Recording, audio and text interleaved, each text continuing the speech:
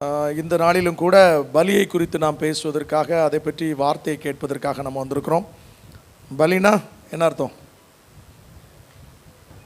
ஆங்கிலத்தில் அதற்கு சாக்ரிஃபைஸ் என்று சொல்லப்பட்டிருக்கிறது. பலி என்று சொன்னால் தியாகம். பலினோடனே நரபலின்னு நினச்சிடக்கூடாது. அதுக்கு நமக்காக எல்லாவற்றையும் ஆண்டவராகிய இயேசு நமக்காக அவர் தன்னுடைய உயிரையை கொடுத்திருக்கிறார். இனிமேல் நாம் அப்படி செய்ய வேண்டிய அவசியமே இல்லை. ஆண்டவர் எடுத்து படிக்கலாம். ரோமர் எழுதின நிருபம் 12ஆம் அதிகாரம் 1-2 வசனங்களை படிக்கலாம்.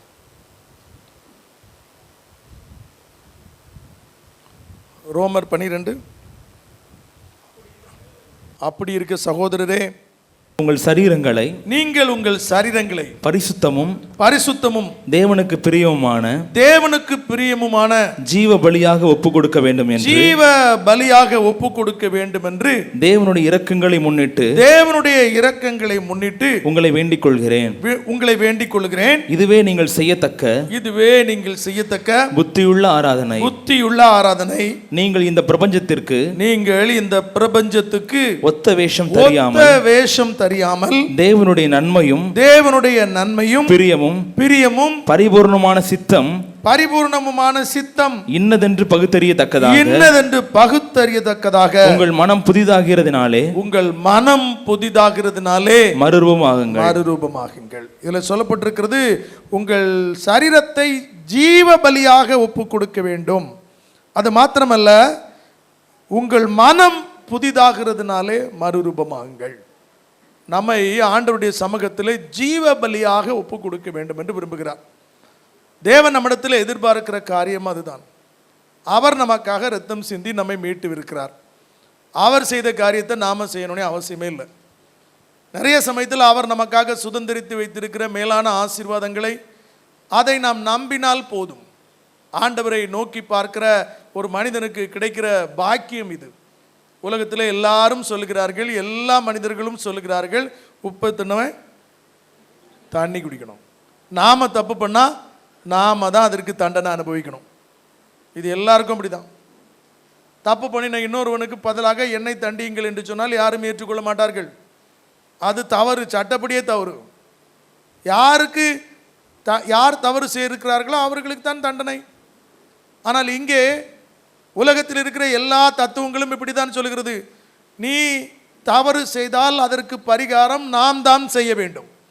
ஏதாவது ஒரு விதத்தில் வேதம் மட்டுமே சொல்கிறது, நாம் செய்த தவறுகளுக்காக, நாம் செய்த பாவங்களுக்காக, முன்னோர்கள் செய்த பாவங்களுக்காகவும் சேர்த்து, பாவங்கள் மட்டுமல்ல, மன்னிக்கப்படாத பாவங்கள் சாபங்களாக மாறி இருக்குமானால் அதையும் சேர்த்து மன்னித்து நம்மை ஏற்றுக்கொள்வதற்கு இயேசு ஆயத்தமாக இருக்கிறார். அல்லேலூயா.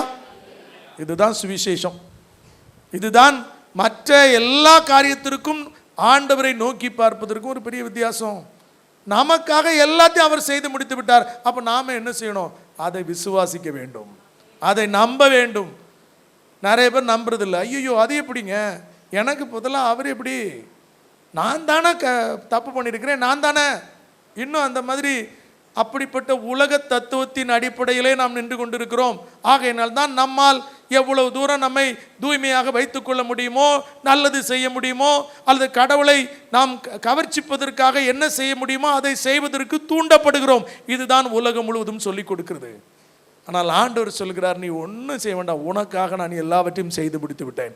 நாம் தண்டனை அனுபவிக்கக்கூடாது என்பதற்காக இயேசு நமக்காக பலியாக மாறி இருக்கிறார், ரத்தம் சிந்திருக்கிறார். போன வாரத்தில் அதை குறித்து செய்தியெல்லாம் அழகான செய்தியை கேட்டிருக்கிறீர்கள்.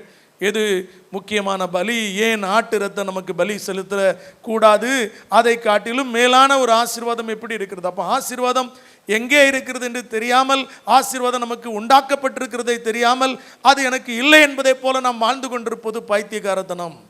நமக்காக அவர் எல்லாவற்றையும் செய்து முடித்து விட்டார். பாவம் நம்மை ஆளுகை செய்யக்கூடாது, நாம் செய்த தவறுகள் நமக்கு தண்டனை இனி இல்லை, இப்படிப்பட்ட எல்லாவற்றையும் அவர் நமக்காக செய்திருக்கிறார். நாம் நம்ப வேண்டியது மட்டுமே நம்முடைய கடமை. ஆனால் அதை நம்புவோம் என்று சொன்னால் வெறுமனே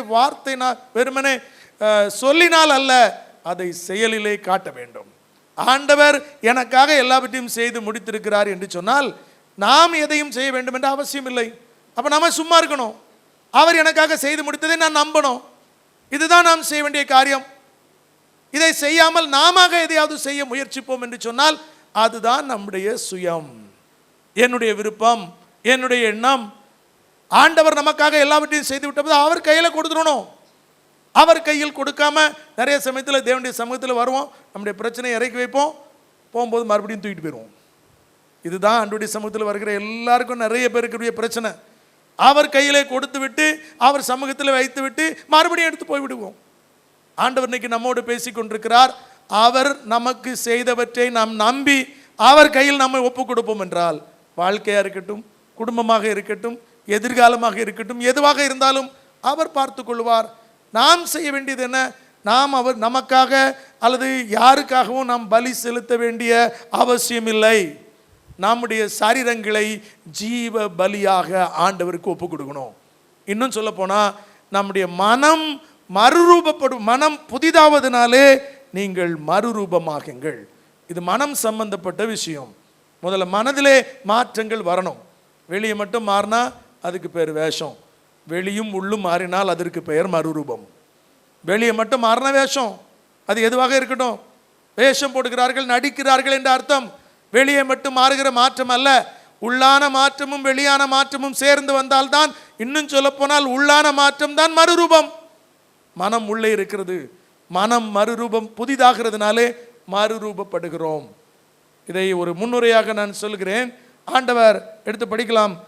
லூக்கா எழுதின சுவிசேஷம் 9ஆம் அதிகாரம். எப்படி நாம் ஜீவ பலியாக அவர் சொல்லியிருக்கிறார், நான் பலியாக கொடுக்கப்பட்டு விட்டேன், உங்கள் சரீரங்களை ஜீவ பலியாக, உயிரோடு இருக்கிற நரபலியாக அல்ல, உயிரோடு இருக்கிற பலியாக ஆண்டவருக்கு ஒப்பு கொடுக்க வேண்டும். வாழ வேண்டும், இந்த உலகத்தில் இருக்க வேண்டும், சாக வேண்டும் என்ற அவசியம் இல்லை. ஆண்டவருக்காக எதை செய்ய வேண்டும்? ஜீவ பலியாக, லிவிங் சாக்ரிஃபைஸ், வாழ்கிற ஒரு பலியாக நம்மை ஒப்பு கொடுக்க வேண்டும். அதான் ஆண்டவர் சொன்னார். படிக்கலாம். லூக்கா எழுதின சுவிசேஷம் 9ஆம் அதிகாரம் 23வது வசனம், 24. பின்பு அவர் எல்லாரையும் நோக்கி, ஒருவன் என் பின்னே வர விரும்பினால் தன்னைத்தான் வெறுத்து தன் சிலுவையை அனுதினமும் எடுத்துக்கொண்டு என்னை பின்பற்ற கடவன். மிக அழகாக அடுத்த வசனத்தை படிக்கலாம். தன் ஜீவனை ரட்சிக்க விரும்புகிறவன் அதை இழந்து போவான். என் நிமித்தமாக தன் ஜீவனை இழந்து போகிறவன் அதை ரட்சித்துக் கொள்வான். உங்கள் எல்லாருக்கும் ஒரு மனிதனை பற்றி நன்றாக தெரியும். மைக்கேல் ஜாக்சன் என்று சொல்லி ஒரு மனிதர் இருந்தார். அவர் best entertainer in the world என்று சொல்வார்கள். உலகத்திலே அதிகமாக ரசிகர்களை வைத்திருக்கிற ஒரு களியாட்டுக்காரர், மற்றவர்களை சந்தோஷப்படுத்துகிற ஒரு மனிதர். அவருடைய வாழ்க்கையை பற்றி சொன்னால், இப்போ போன வருஷத்தில் அவருடைய வருமானம் 150 கோடி. போன வருஷத்தில் எப்படி அவருக்கு கிடைக்குது? அவர் உருவாக்கின ஆல்பத்திலிருந்து வருகிற வருமானம் அவ்வளவு வந்து கொண்டிருக்கிறது. அது அவருடைய பிள்ளைகளுக்கு தலைமுறைக்கு போகிறது. மைக்கேல் ஜாக்சன் அவருடைய கூட்டத்திற்கு 2 வருஷத்துக்கு முன்னாடி டிக்கெட் வாங்கணும், அவருடைய ஷோவுக்கு. அவ்வளோ பிரபலமான மனிதர். அவர் நினைத்ததையெல்லாம் செய்தார். அவருடைய வாழ்க்கையில் அவர் கருப்பினத்தை சேர்ந்தவர். தன்னுடைய காதலியின் வெள்ளை இன காதலியை போல தன் முகம் மாற்ற வேண்டும் என்பதற்காக பிளாஸ்டிக் சர்ஜரி செய்து கொண்டார். இப்போ பார்க்குற நீங்கள் ஃபோட்டோவில் பார்த்தீர்களா, மைக்கேல் ஜாக்சனுடைய உருவம் அவருடைய காதலினுடைய உருவத்திற்கு ஒப்பாக பிளாஸ்டிக் சர்ஜரி பண்ணி வைத்திருந்தார். அவருடைய வாழ்க்கையில் எல்லாம் இருந்தது. அவருடைய வீட்டை பார்த்தீர்கள் என்றால், இல்லை கூகுளில் சர்ச் பண்ணி பார்த்தீங்கன்னா 500 ஏக்கர் நிலத்தில் இருக்குன்னு நினைக்கிறேன். வீட்டுக்குள்ளே ரயில்வே ஸ்டேஷன் இருக்குது, எல்லாம் இருக்கிறது. அதெல்லாம் விட்டுருங்க. அவருக்கு விருப்பம் எல்லாமே இருக்கிறது. 150 வருஷம் உயிரோடு இருக்கணும், அதுதான் அவருடைய விருப்பம். அதுக்காக என்ன பண்ணார்? பிரச்சனை எப்போ வரும்? உள்ளே இருக்கிற பார்ட்ஸ் எல்லாம், இப்போ நம்ம காரில் பிரச்சனை வந்தாச்சுன்னா, டயர் ப்ராப்ளம் வந்தால் என்ன பண்ணுவோம்? டயரை மாற்றுவோம். என்ஜின் ப்ராப்ளம் வந்தால் என்ஜினை மாற்றுவோம். அதே மாதிரி அவர் பிளான் பண்ணிட்டார். ஹார்ட் ஃபெயிலியர் ஆனாச்சுன்னா அவருக்கு ஹார்ட்டுக்கு ஏற்ற மாதிரி ஒரு 5 பேர் வீட்டிலே இருக்கிறாங்க. எப்பவும் ஒரு ஆஸ்பத்திரி இருக்குது. டாக்டர்ஸ் உடனே கிட்னி, லிவர் எல்லாத்தையுமே டிரான்ஸ்பிளான்ட் பண்ணுவதற்கு, மாற்று அறுவை சிகிச்சை செய்வதற்காக எல்லாமே ரெடி பண்ணி ஹாஸ்பிட்டலுக்கு போகவே வேண்டாம், எல்லாமே ரெடி. அவருடைய நோக்கெல்லாம் 150 வருஷம் உயிரோடு இருக்கணும், அவ்வளோதான். இந்த மாதிரிலாம் வாழணும். நமக்கு ஒரு சின்ன பிரச்சனைன்னு சொன்னால் அது பார்க்க முடியலன்னா, ஐயோ காசு இருந்தால் நான் அங்கே போய் பார்த்துருப்பேன், இங்கே போய் பார்த்துருப்பேன், இதெல்லாம் நம்ம மைண்டில் வருதில்ல. அவருக்கு எல்லாமே இருந்துச்சு, சிறப்பாக செய்திருந்தார். அவருடைய வாழ்க்கையை பற்றி அவளுக்கு கேரண்டி. டாக்டர்லாம் சொன்னாங்க 150 வருஷம் உங்களை வாழ வைக்க வேண்டியது எங்களுடைய பொறுப்பு. 50 வயசு கூட தாண்டலை.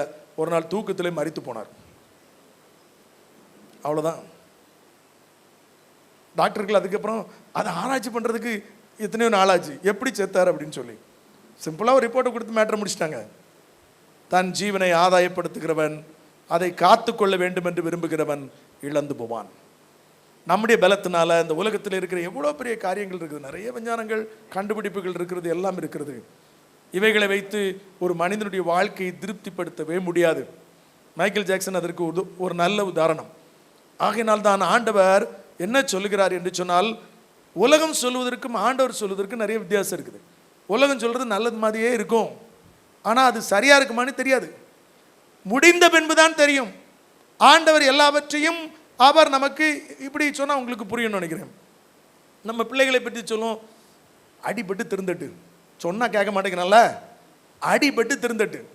2 தீயில போய் கை வச்சாச்சுன்னா சுடுதுன்னு தெரியும், அப்புறம் அடுத்த தடவை கை வைக்க மாட்டான். அப்படி தானே? சில நேரத்தில் முதல் நேரத்திலே தீவுக்குள்ளே போகிறவன் செத்து போய்டுறவன் இருக்கிறான் இல்லையா? ஆமாம். அடிபட்டு திருந்துவது நல்ல பழக்கம் அல்ல.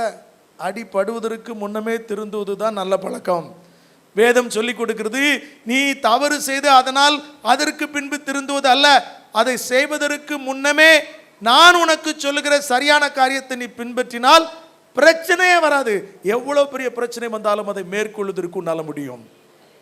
வேதம் சொல்லிக் கொடுக்கிறது, உலகம் சொல்லிக் கொடுக்கிறதுக்கும் தலைகீழ வித்தியாசம் இருக்கிறது. ஆண்டவர் இன்னைக்கு உங்களோடு கூட பேசி கொண்டிருக்கிறார். பிரியமானவர்களே, ஆண்டவர் என்ன சொல்லுகிறார் என்று சொன்னால், நாம் எல்லாரும் இயேசுவை பிடிக்கும், நமக்காக இரத்தம் சிந்திருக்கிறார், நமக்காக ஜீவனை கொடுத்திருக்கிறார், நமக்காக பரிந்து பேசிக் கொண்டிருக்கிறார். இப்போதும் எந்த நேரத்திலும் அவரை நோக்கி நாம் கூப்பிட முடியும். கூப்பிட்டால் பதில் கொடுப்பார். மனிதர்கள் பதில் சொல்லுகிறார்களோ இல்லையோ, அவரை நோக்கி பார்க்கிறவர்களுக்கு எல்லாருக்கும் அவர் பதில் கொடுக்கிறவர் நல்ல ஆண்டவர். இந்த ஆண்டவரை நாம் பின்பற்றுவதற்கு என்ன செய்ய வேண்டும்? சிலுவையை சுமப்பதற்கு என்ன செய்ய வேண்டும்? இதான் என்னுடைய செய்தியின் தலைப்பு. இன்னைக்கு ஜீவ பலியாக நாம் எப்படி ஆண்டவருக்கு முன்பதாக வாழ்வது. எனக்கு இருக்கிற நேரத்தில் கொஞ்சம் காரியத்தை நான் உங்களோடு கூட இயேசுவை மையமாக வைத்து சொல்லிக் கொடுக்க வேண்டும் என்று விரும்புகிறேன். இங்க சொல்லியிருக்கிறது, பின்பு அவர் எல்லாரையும் நோக்கி. இயேசுவை யாரெல்லாம் பின்பற்றணும்? எல்லாரும் பின்பற்றணும். எல்லாரையும் பார்த்து சொல்றாரு, நான் இயேசுவை பின்பற்றுகிறேன் அப்படின்னா ஊழியம் செய்யணும், அல்லது விசுவாசியா இருக்கணும், அல்லது ஆவிக்குரிய நிலையிலே உன்னத நிலையில் இருக்கணும், அந்நிய பாஷை பேசணும், அபிஷேகம் பெற்றுக்கணும், அப்போ தான் நான் இயேசுவை பின்பற்ற முடியும். நல்லதுதான். ஆனால் ஆண்டவர் இந்த அழைப்பை எல்லாருக்கும் கொடுக்கிறார். நீங்கள் எல்லாரும் உங்கள் சரீரங்களை ஜீவ பலியாக ஆண்டவருக்கு ஒப்பு கொடுக்க வேண்டும். இது தேவன் நமக்கு சொல்லியிருக்கிற ஒரு காரியம். இதுதான் புத்தியுள்ள ஆராதனை. ஆண்டவரை ஆராதிப்பது என்று சொன்னால் இதுதான். என்ன ஜீவ பலியாக ஒப்பு கொடுப்பது? இங்கே சொல்லப்பட்டிருக்கிறது, எல்லாரையும் பார்த்து சொன்னார். நம்ம நினைக்கிற நிறைய காரியத்தில் இதெல்லாம் என்னால் முடியாது. நான் உங்களுக்கு சொல்றேன், உங்களால் முடியாத ஒன்றையும் ஆண்டவர் ஒரு நாளும் சொல்லவே மாட்டார். தனிப்பட்ட முறையில் சில காரியத்தை சில மனிதரிடத்தில் சொல்லுகிறார் என்று சொன்னால் அது வித்தியாசம். எல்லாரையும் பார்த்து ஆண்டவர் சொன்ன வார்த்தை, எல்லாரையும் பார்த்து. இந்த வாய்ப்பு, இந்த அழைப்பு எல்லாருக்கும் கொடுக்கப்படுகிறது. இது சிறப்பாக இருக்கிற சிலருக்கு மட்டுமல்ல. நல்ல பைபிளை கரைச்சி குடிச்சிட்டேன், அப்போ தான் எனக்கு எல்லாமே இயேசுவை பற்றி தெரியும், அப்படிப்பட்டவர்கள் தான் ஆண்டவரை பின்பற்ற வேண்டும் என்று சொன்னால் ஒருத்தர் கூட ஆண்டவரை பின்பற்ற முடியாது. எல்லாரையும் பார்த்து ஆண்டவர் சொல்லுகிறார். என்ன சொல்லுகிறார் என்றால், இந்த அழைப்பு, இந்த வாய்ப்பு எல்லாருக்கும் கொடுக்கப்படுகிறது. ஒருவன் வாய்ப்பு எல்லாருக்கும், ஆனால் முடிவெடுக்க வேண்டியது தனிப்பட்ட முறையில். எல்லாரையும் பார்த்து சொல்றார், ஆனால் தனிப்பட்ட முறையில் முடிவெடுக்கணும். நம்ம நிறைய சமயத்தில் தலைகளாக செய்வோம், எல்லாரோட சேர்ந்து நிற்போம். ஒரு எல்லாரோட சேர்ந்து நான் அல்லேலூயா சொல்லி எல்லாரோட சேர்ந்து எல்லா காரியத்தையும் செஞ்சுட்டா போயிடலாம். இல்லை, எல்லாருக்கும் அழைப்பு, ஆனால் அதை தெரிந்தெடுக்கிற காரியம் நாம் மட்டும் சொல்லுவோம். இப்படி ஒரு பழமொழி சொல்லுவாங்களே, என்ன, தாயும் பிள்ளையுமாக இருந்தாலும் வாயும் வயிறும் பேர். கரெக்ட், ரைட்டா? என்னதான் பெரிய காரியமாக இருந்தாலும் வித்தியாசம் தானே. நம்ம எல்லாருக்கும் கணக்கு வேற. அவங்களுக்கு பசியா அது தனி, எனக்கு பசியா எனக்கு தனி. அப்போ ஆண்டவர் ஒருவன் என்னை பின்பற்ற விரும்பினால் அல்லது ஒருத்தி என்னை பின்பற்ற விரும்பினால், அப்போ தனிப்பட்ட முறையில் நம்ம முடிவெடுக்கணும். ஆண்டவரை பின்பற்றுவது ஒவ்வொருவருக்கும் தனிப்பட்ட முறையிலே எடுக்க வேண்டிய முடிவு. உங்கள் சரீரங்களை ஜீவ பலியாக ஆண்டவருக்கு ஒப்பு கொடுக்க வேண்டியது யாராவது ஒருவர், குடும்பத்தில் ஒருத்தர் அல்லது முக்கியமானவர்கள், ஆண்டவருக்கு பிரியமானவர்கள் அப்படி அல்ல.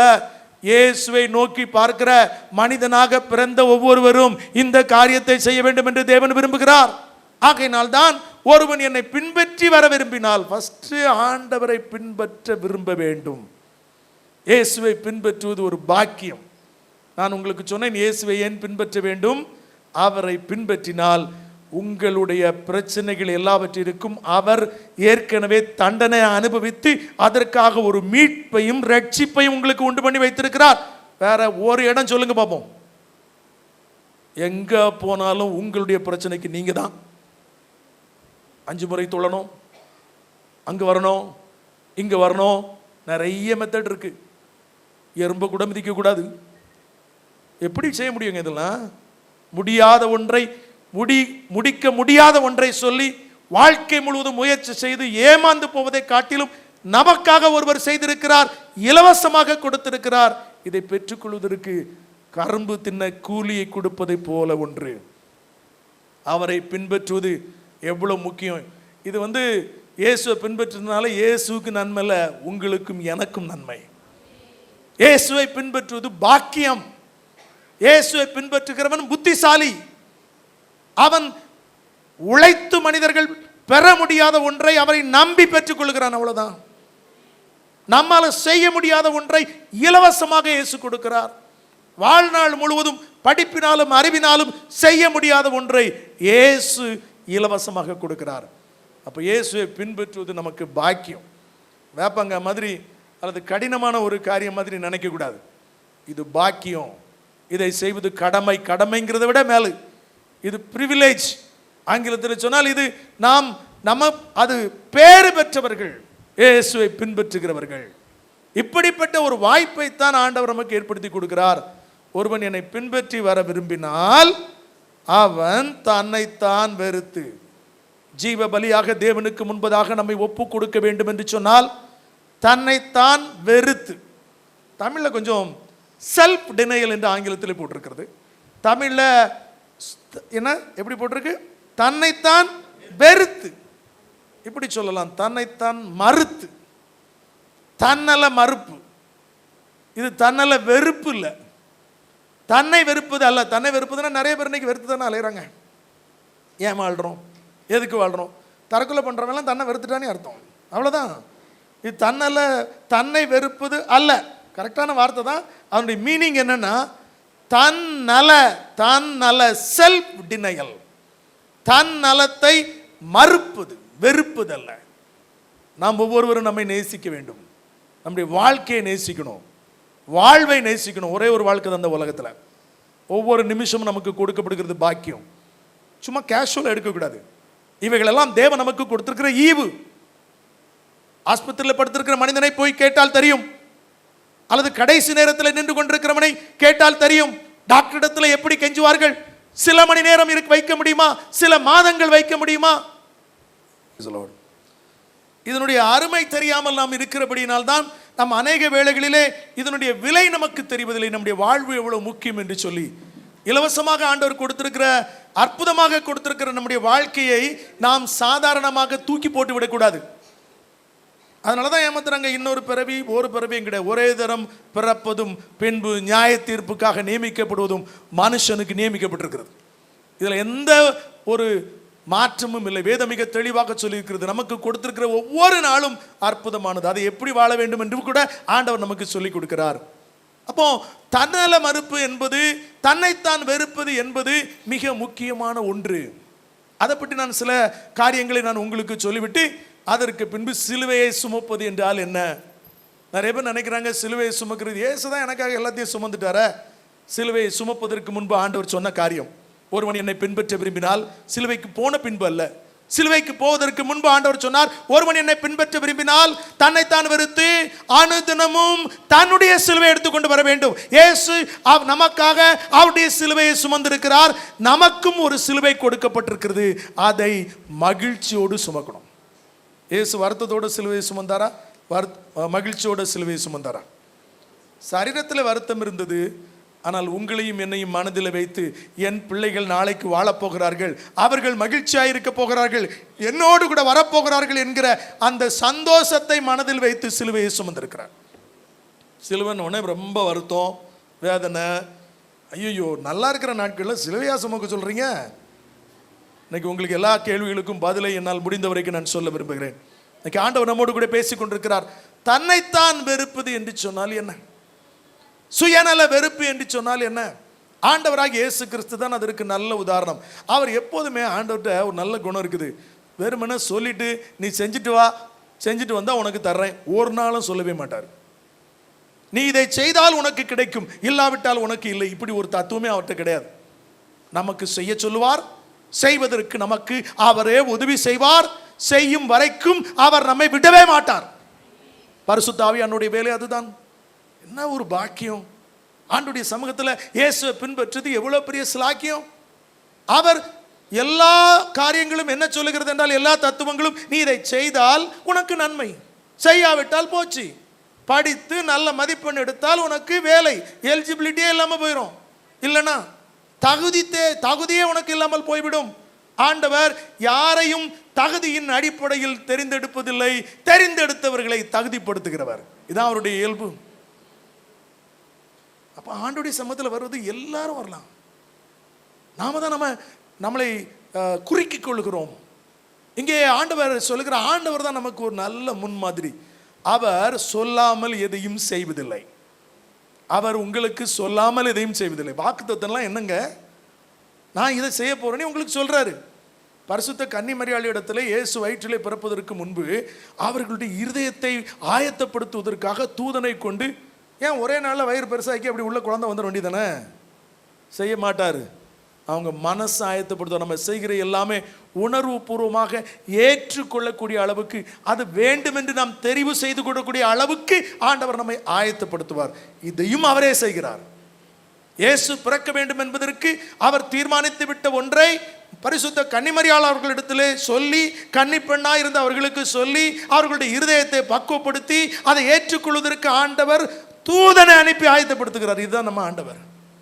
அப்போ இன்னைக்கு நம்மிடத்தில் ஆண்டவர் பேசுகிறார் என்று சொன்னால் நம்முடைய இருதயத்தை ஆயத்தப்படுத்துகிறார். நாம் அந்த காரியத்தை செய்வதற்கு நம்ம மனதை பக்குவப்படுத்துகிறார். அப்போ ஆண்டவர் எந்த காரியத்தையும் சொல்லாமல் செய்ய மாட்டார். அதே மாதிரி அவர் செய்யாத எதையும் சொல்லவும் மாட்டார். ஆமென். அவர் ஏற்கனவே செஞ்சு முடிச்சிருப்பார். தனிமை உணர்வு உங்களுக்கு இருக்குதா? தோல்வியை சந்தித்திருக்கிறீங்களா? வாழ்க்கையில் விரக்தியோடு இருக்கீங்களா? நான் மட்டும்தான் இப்படி கஷ்டப்படுறேன் சொல்லவே கூடாது. உங்களுக்கு முன்பதாக அது எல்லாவற்றையும் பல மடங்கு இயேசு அனுபவித்திருக்கிறார். ஆகையினால் தான் நாம் அப்படி சொல்லிவிடக் கூடாது என்பதற்காக, ஆண்டவரே நீர் கடவுள், வானத்தில் இருக்கிறவர், தூதர்களுடைய ஆராதனை ஏற்றுக்கொண்டிருக்கிறவர், உமக்கு என்ன கஷ்டம், நீர் நன்றாக இருக்கிறீர், என்னுடைய கஷ்டம் எனக்கு தானே தெரியும், அப்படி சொல்லவே கூடாது. அப்படி சொன்னா நீங்க இயேசு பார்க்கலனே அர்த்தம், சிலுவையை பார்க்கலனே அர்த்தம், இயேசு நமக்காக வாழ்ந்ததை நம்பலனே அர்த்தம். அவர் நம்மை போல பாடுள்ள மனுஷனாக நாம் எந்த பாதையிலே கடந்து செல்கிறோமோ அதே பாதையில் இழப்பு அவருக்கு இருந்தது. வாலிபனாக இருந்தபோது அவருடைய தந்தை மரித்து போனார். குடும்பத்தை சுமக்கிற பொறுப்பு அவருக்கு இருந்தது. சிறப்பாக அதை செய்தார். ஆண்டவர் நம்மோடு கூட பேசிக் கொண்டிருக்கிறார். அவர் செய்யாத ஒன்றையும் உங்களை செய்ய சொல்வதில்லை. சிலுவையை அவர் சுமந்திருக்கிறார். அவர் சொல்கிறார், நீங்களும் சிலுவையை சுமக்கணும். அவரை போல மாறுவதுதானே நம்முடைய நோக்கம். நம்முடைய நோக்கமெல்லாம் என்ன தெரியுமா? எனக்கு அது வரணும், இது வரணும், அதெல்லாம் சில்லி, சாதாரண விஷயம். அதெல்லாம் ஆண்டவரில் மனுஷன் கூட சில நேரத்தில் கொடுத்துருவான். உம்மை போல நான் மாற வேண்டும் ஆண்டவரே. நம்முடைய அல்டிமேட் எய்ம், நம்முடைய கடைசி இறுதியான அறுதியான நோக்கம் என்னவென்று சொன்னால் அவரை போல, அவரை பின்பற்றுவது மிக ஒரு பாக்கியம். இங்கே சொல்லப்பட்டிருக்கிறது, நான் சுயநல மறுப்பை பற்றி சொல்ல வேண்டும் என்றால் இயேசுதான் அதற்கு முன் உதாரணம். அவர் என்ன செய்தார் தெரியுமா? பரலோகத்திலே பிதாவின் மடியிலே செல்ல பிள்ளையாக இருந்தவர் ஒரு ஆனந்தமான இடத்தை விட்டுவிட்டு நம் வாழ்கிற துக்கமான இந்த உலகத்திற்கு அவராகவே வந்தார். இதுதான் சுய மறுப்பு.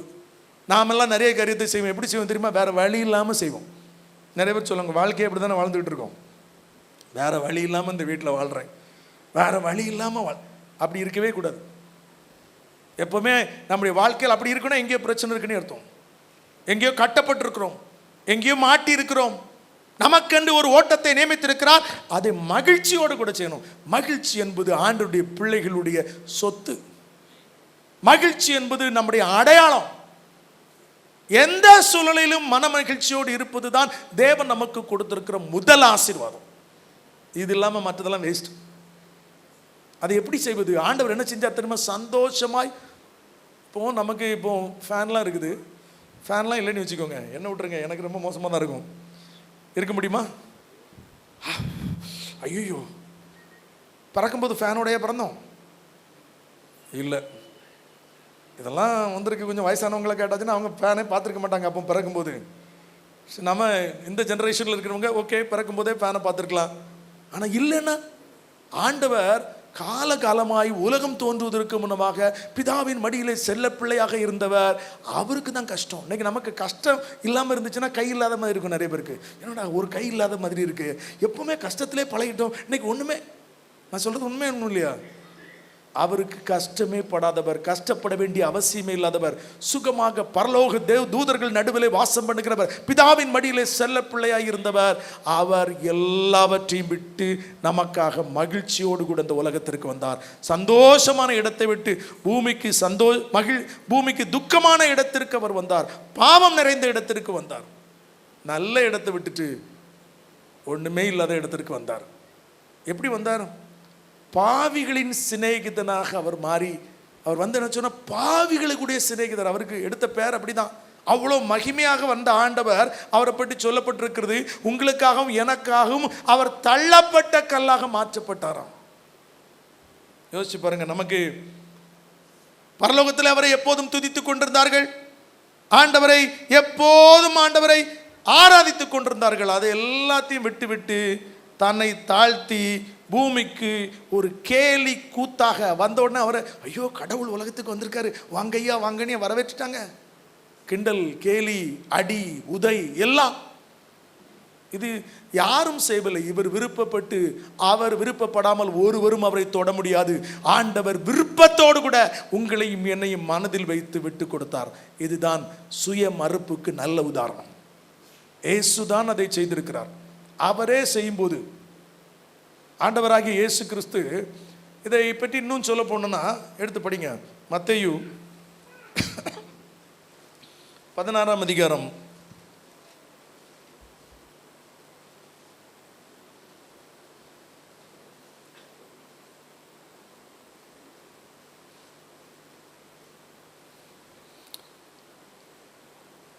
13வது வசனத்தை படிக்கலாம்.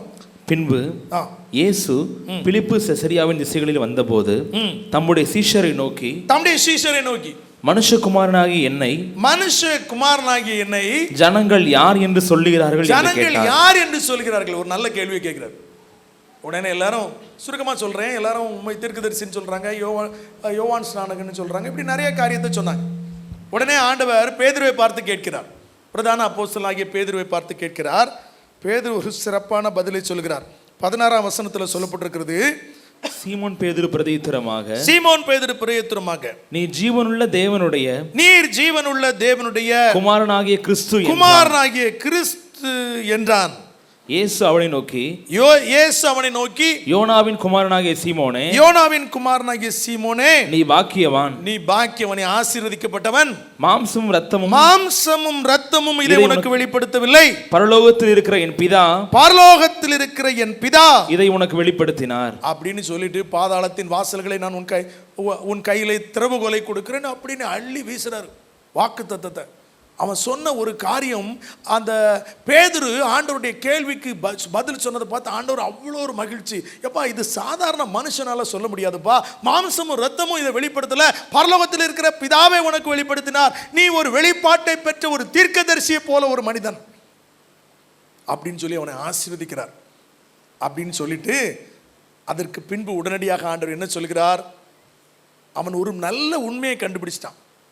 இவர் சாதாரண மனிதன் அல்ல, வானத்திலிருந்து வந்த தேவகுமாரன், ஜீவனுள்ள தேவனுடைய குமாரனாகிய கிறிஸ்து. யூதர்கள் எல்லாரும் எங்களை மீட்பதற்காக ஒரு மீட்பர் வருவார் என்று காத்திருக்கிறார்களே, அந்த இன்ன வரைக்கும் யூதர்கள் காத்திருக்கிறார்கள், நம்பவில்லை. கிறிஸ்தவர்களாகிய நாம் தான் நம்புகிறோம். இயேசு மேசியா என்று அவர்கள் நம்பவில்லை. எங்களை மீட்பதற்காக ஒரு மேசியா வரப்போகிறார் என்று காத்திருக்கிறார்கள். ஆனால் 2000 வருஷத்திற்கு முன்னமே ஒரு யூதனாய் இருந்த அந்த பேதுரு அவர் சொல்லுகிறார், நீர் தான் அந்த மேசியாவாகிய கிறிஸ்து. ஆண்டவர் அப்படி ஆச்சரியப்பட்டார், எப்படிப்பா இது? அவனை பார்த்து அப்படி சொல்லுகிறார், சார் நம்மளை பற்றி கரெக்டாக கண்டுபிடிச்சிட்டான்.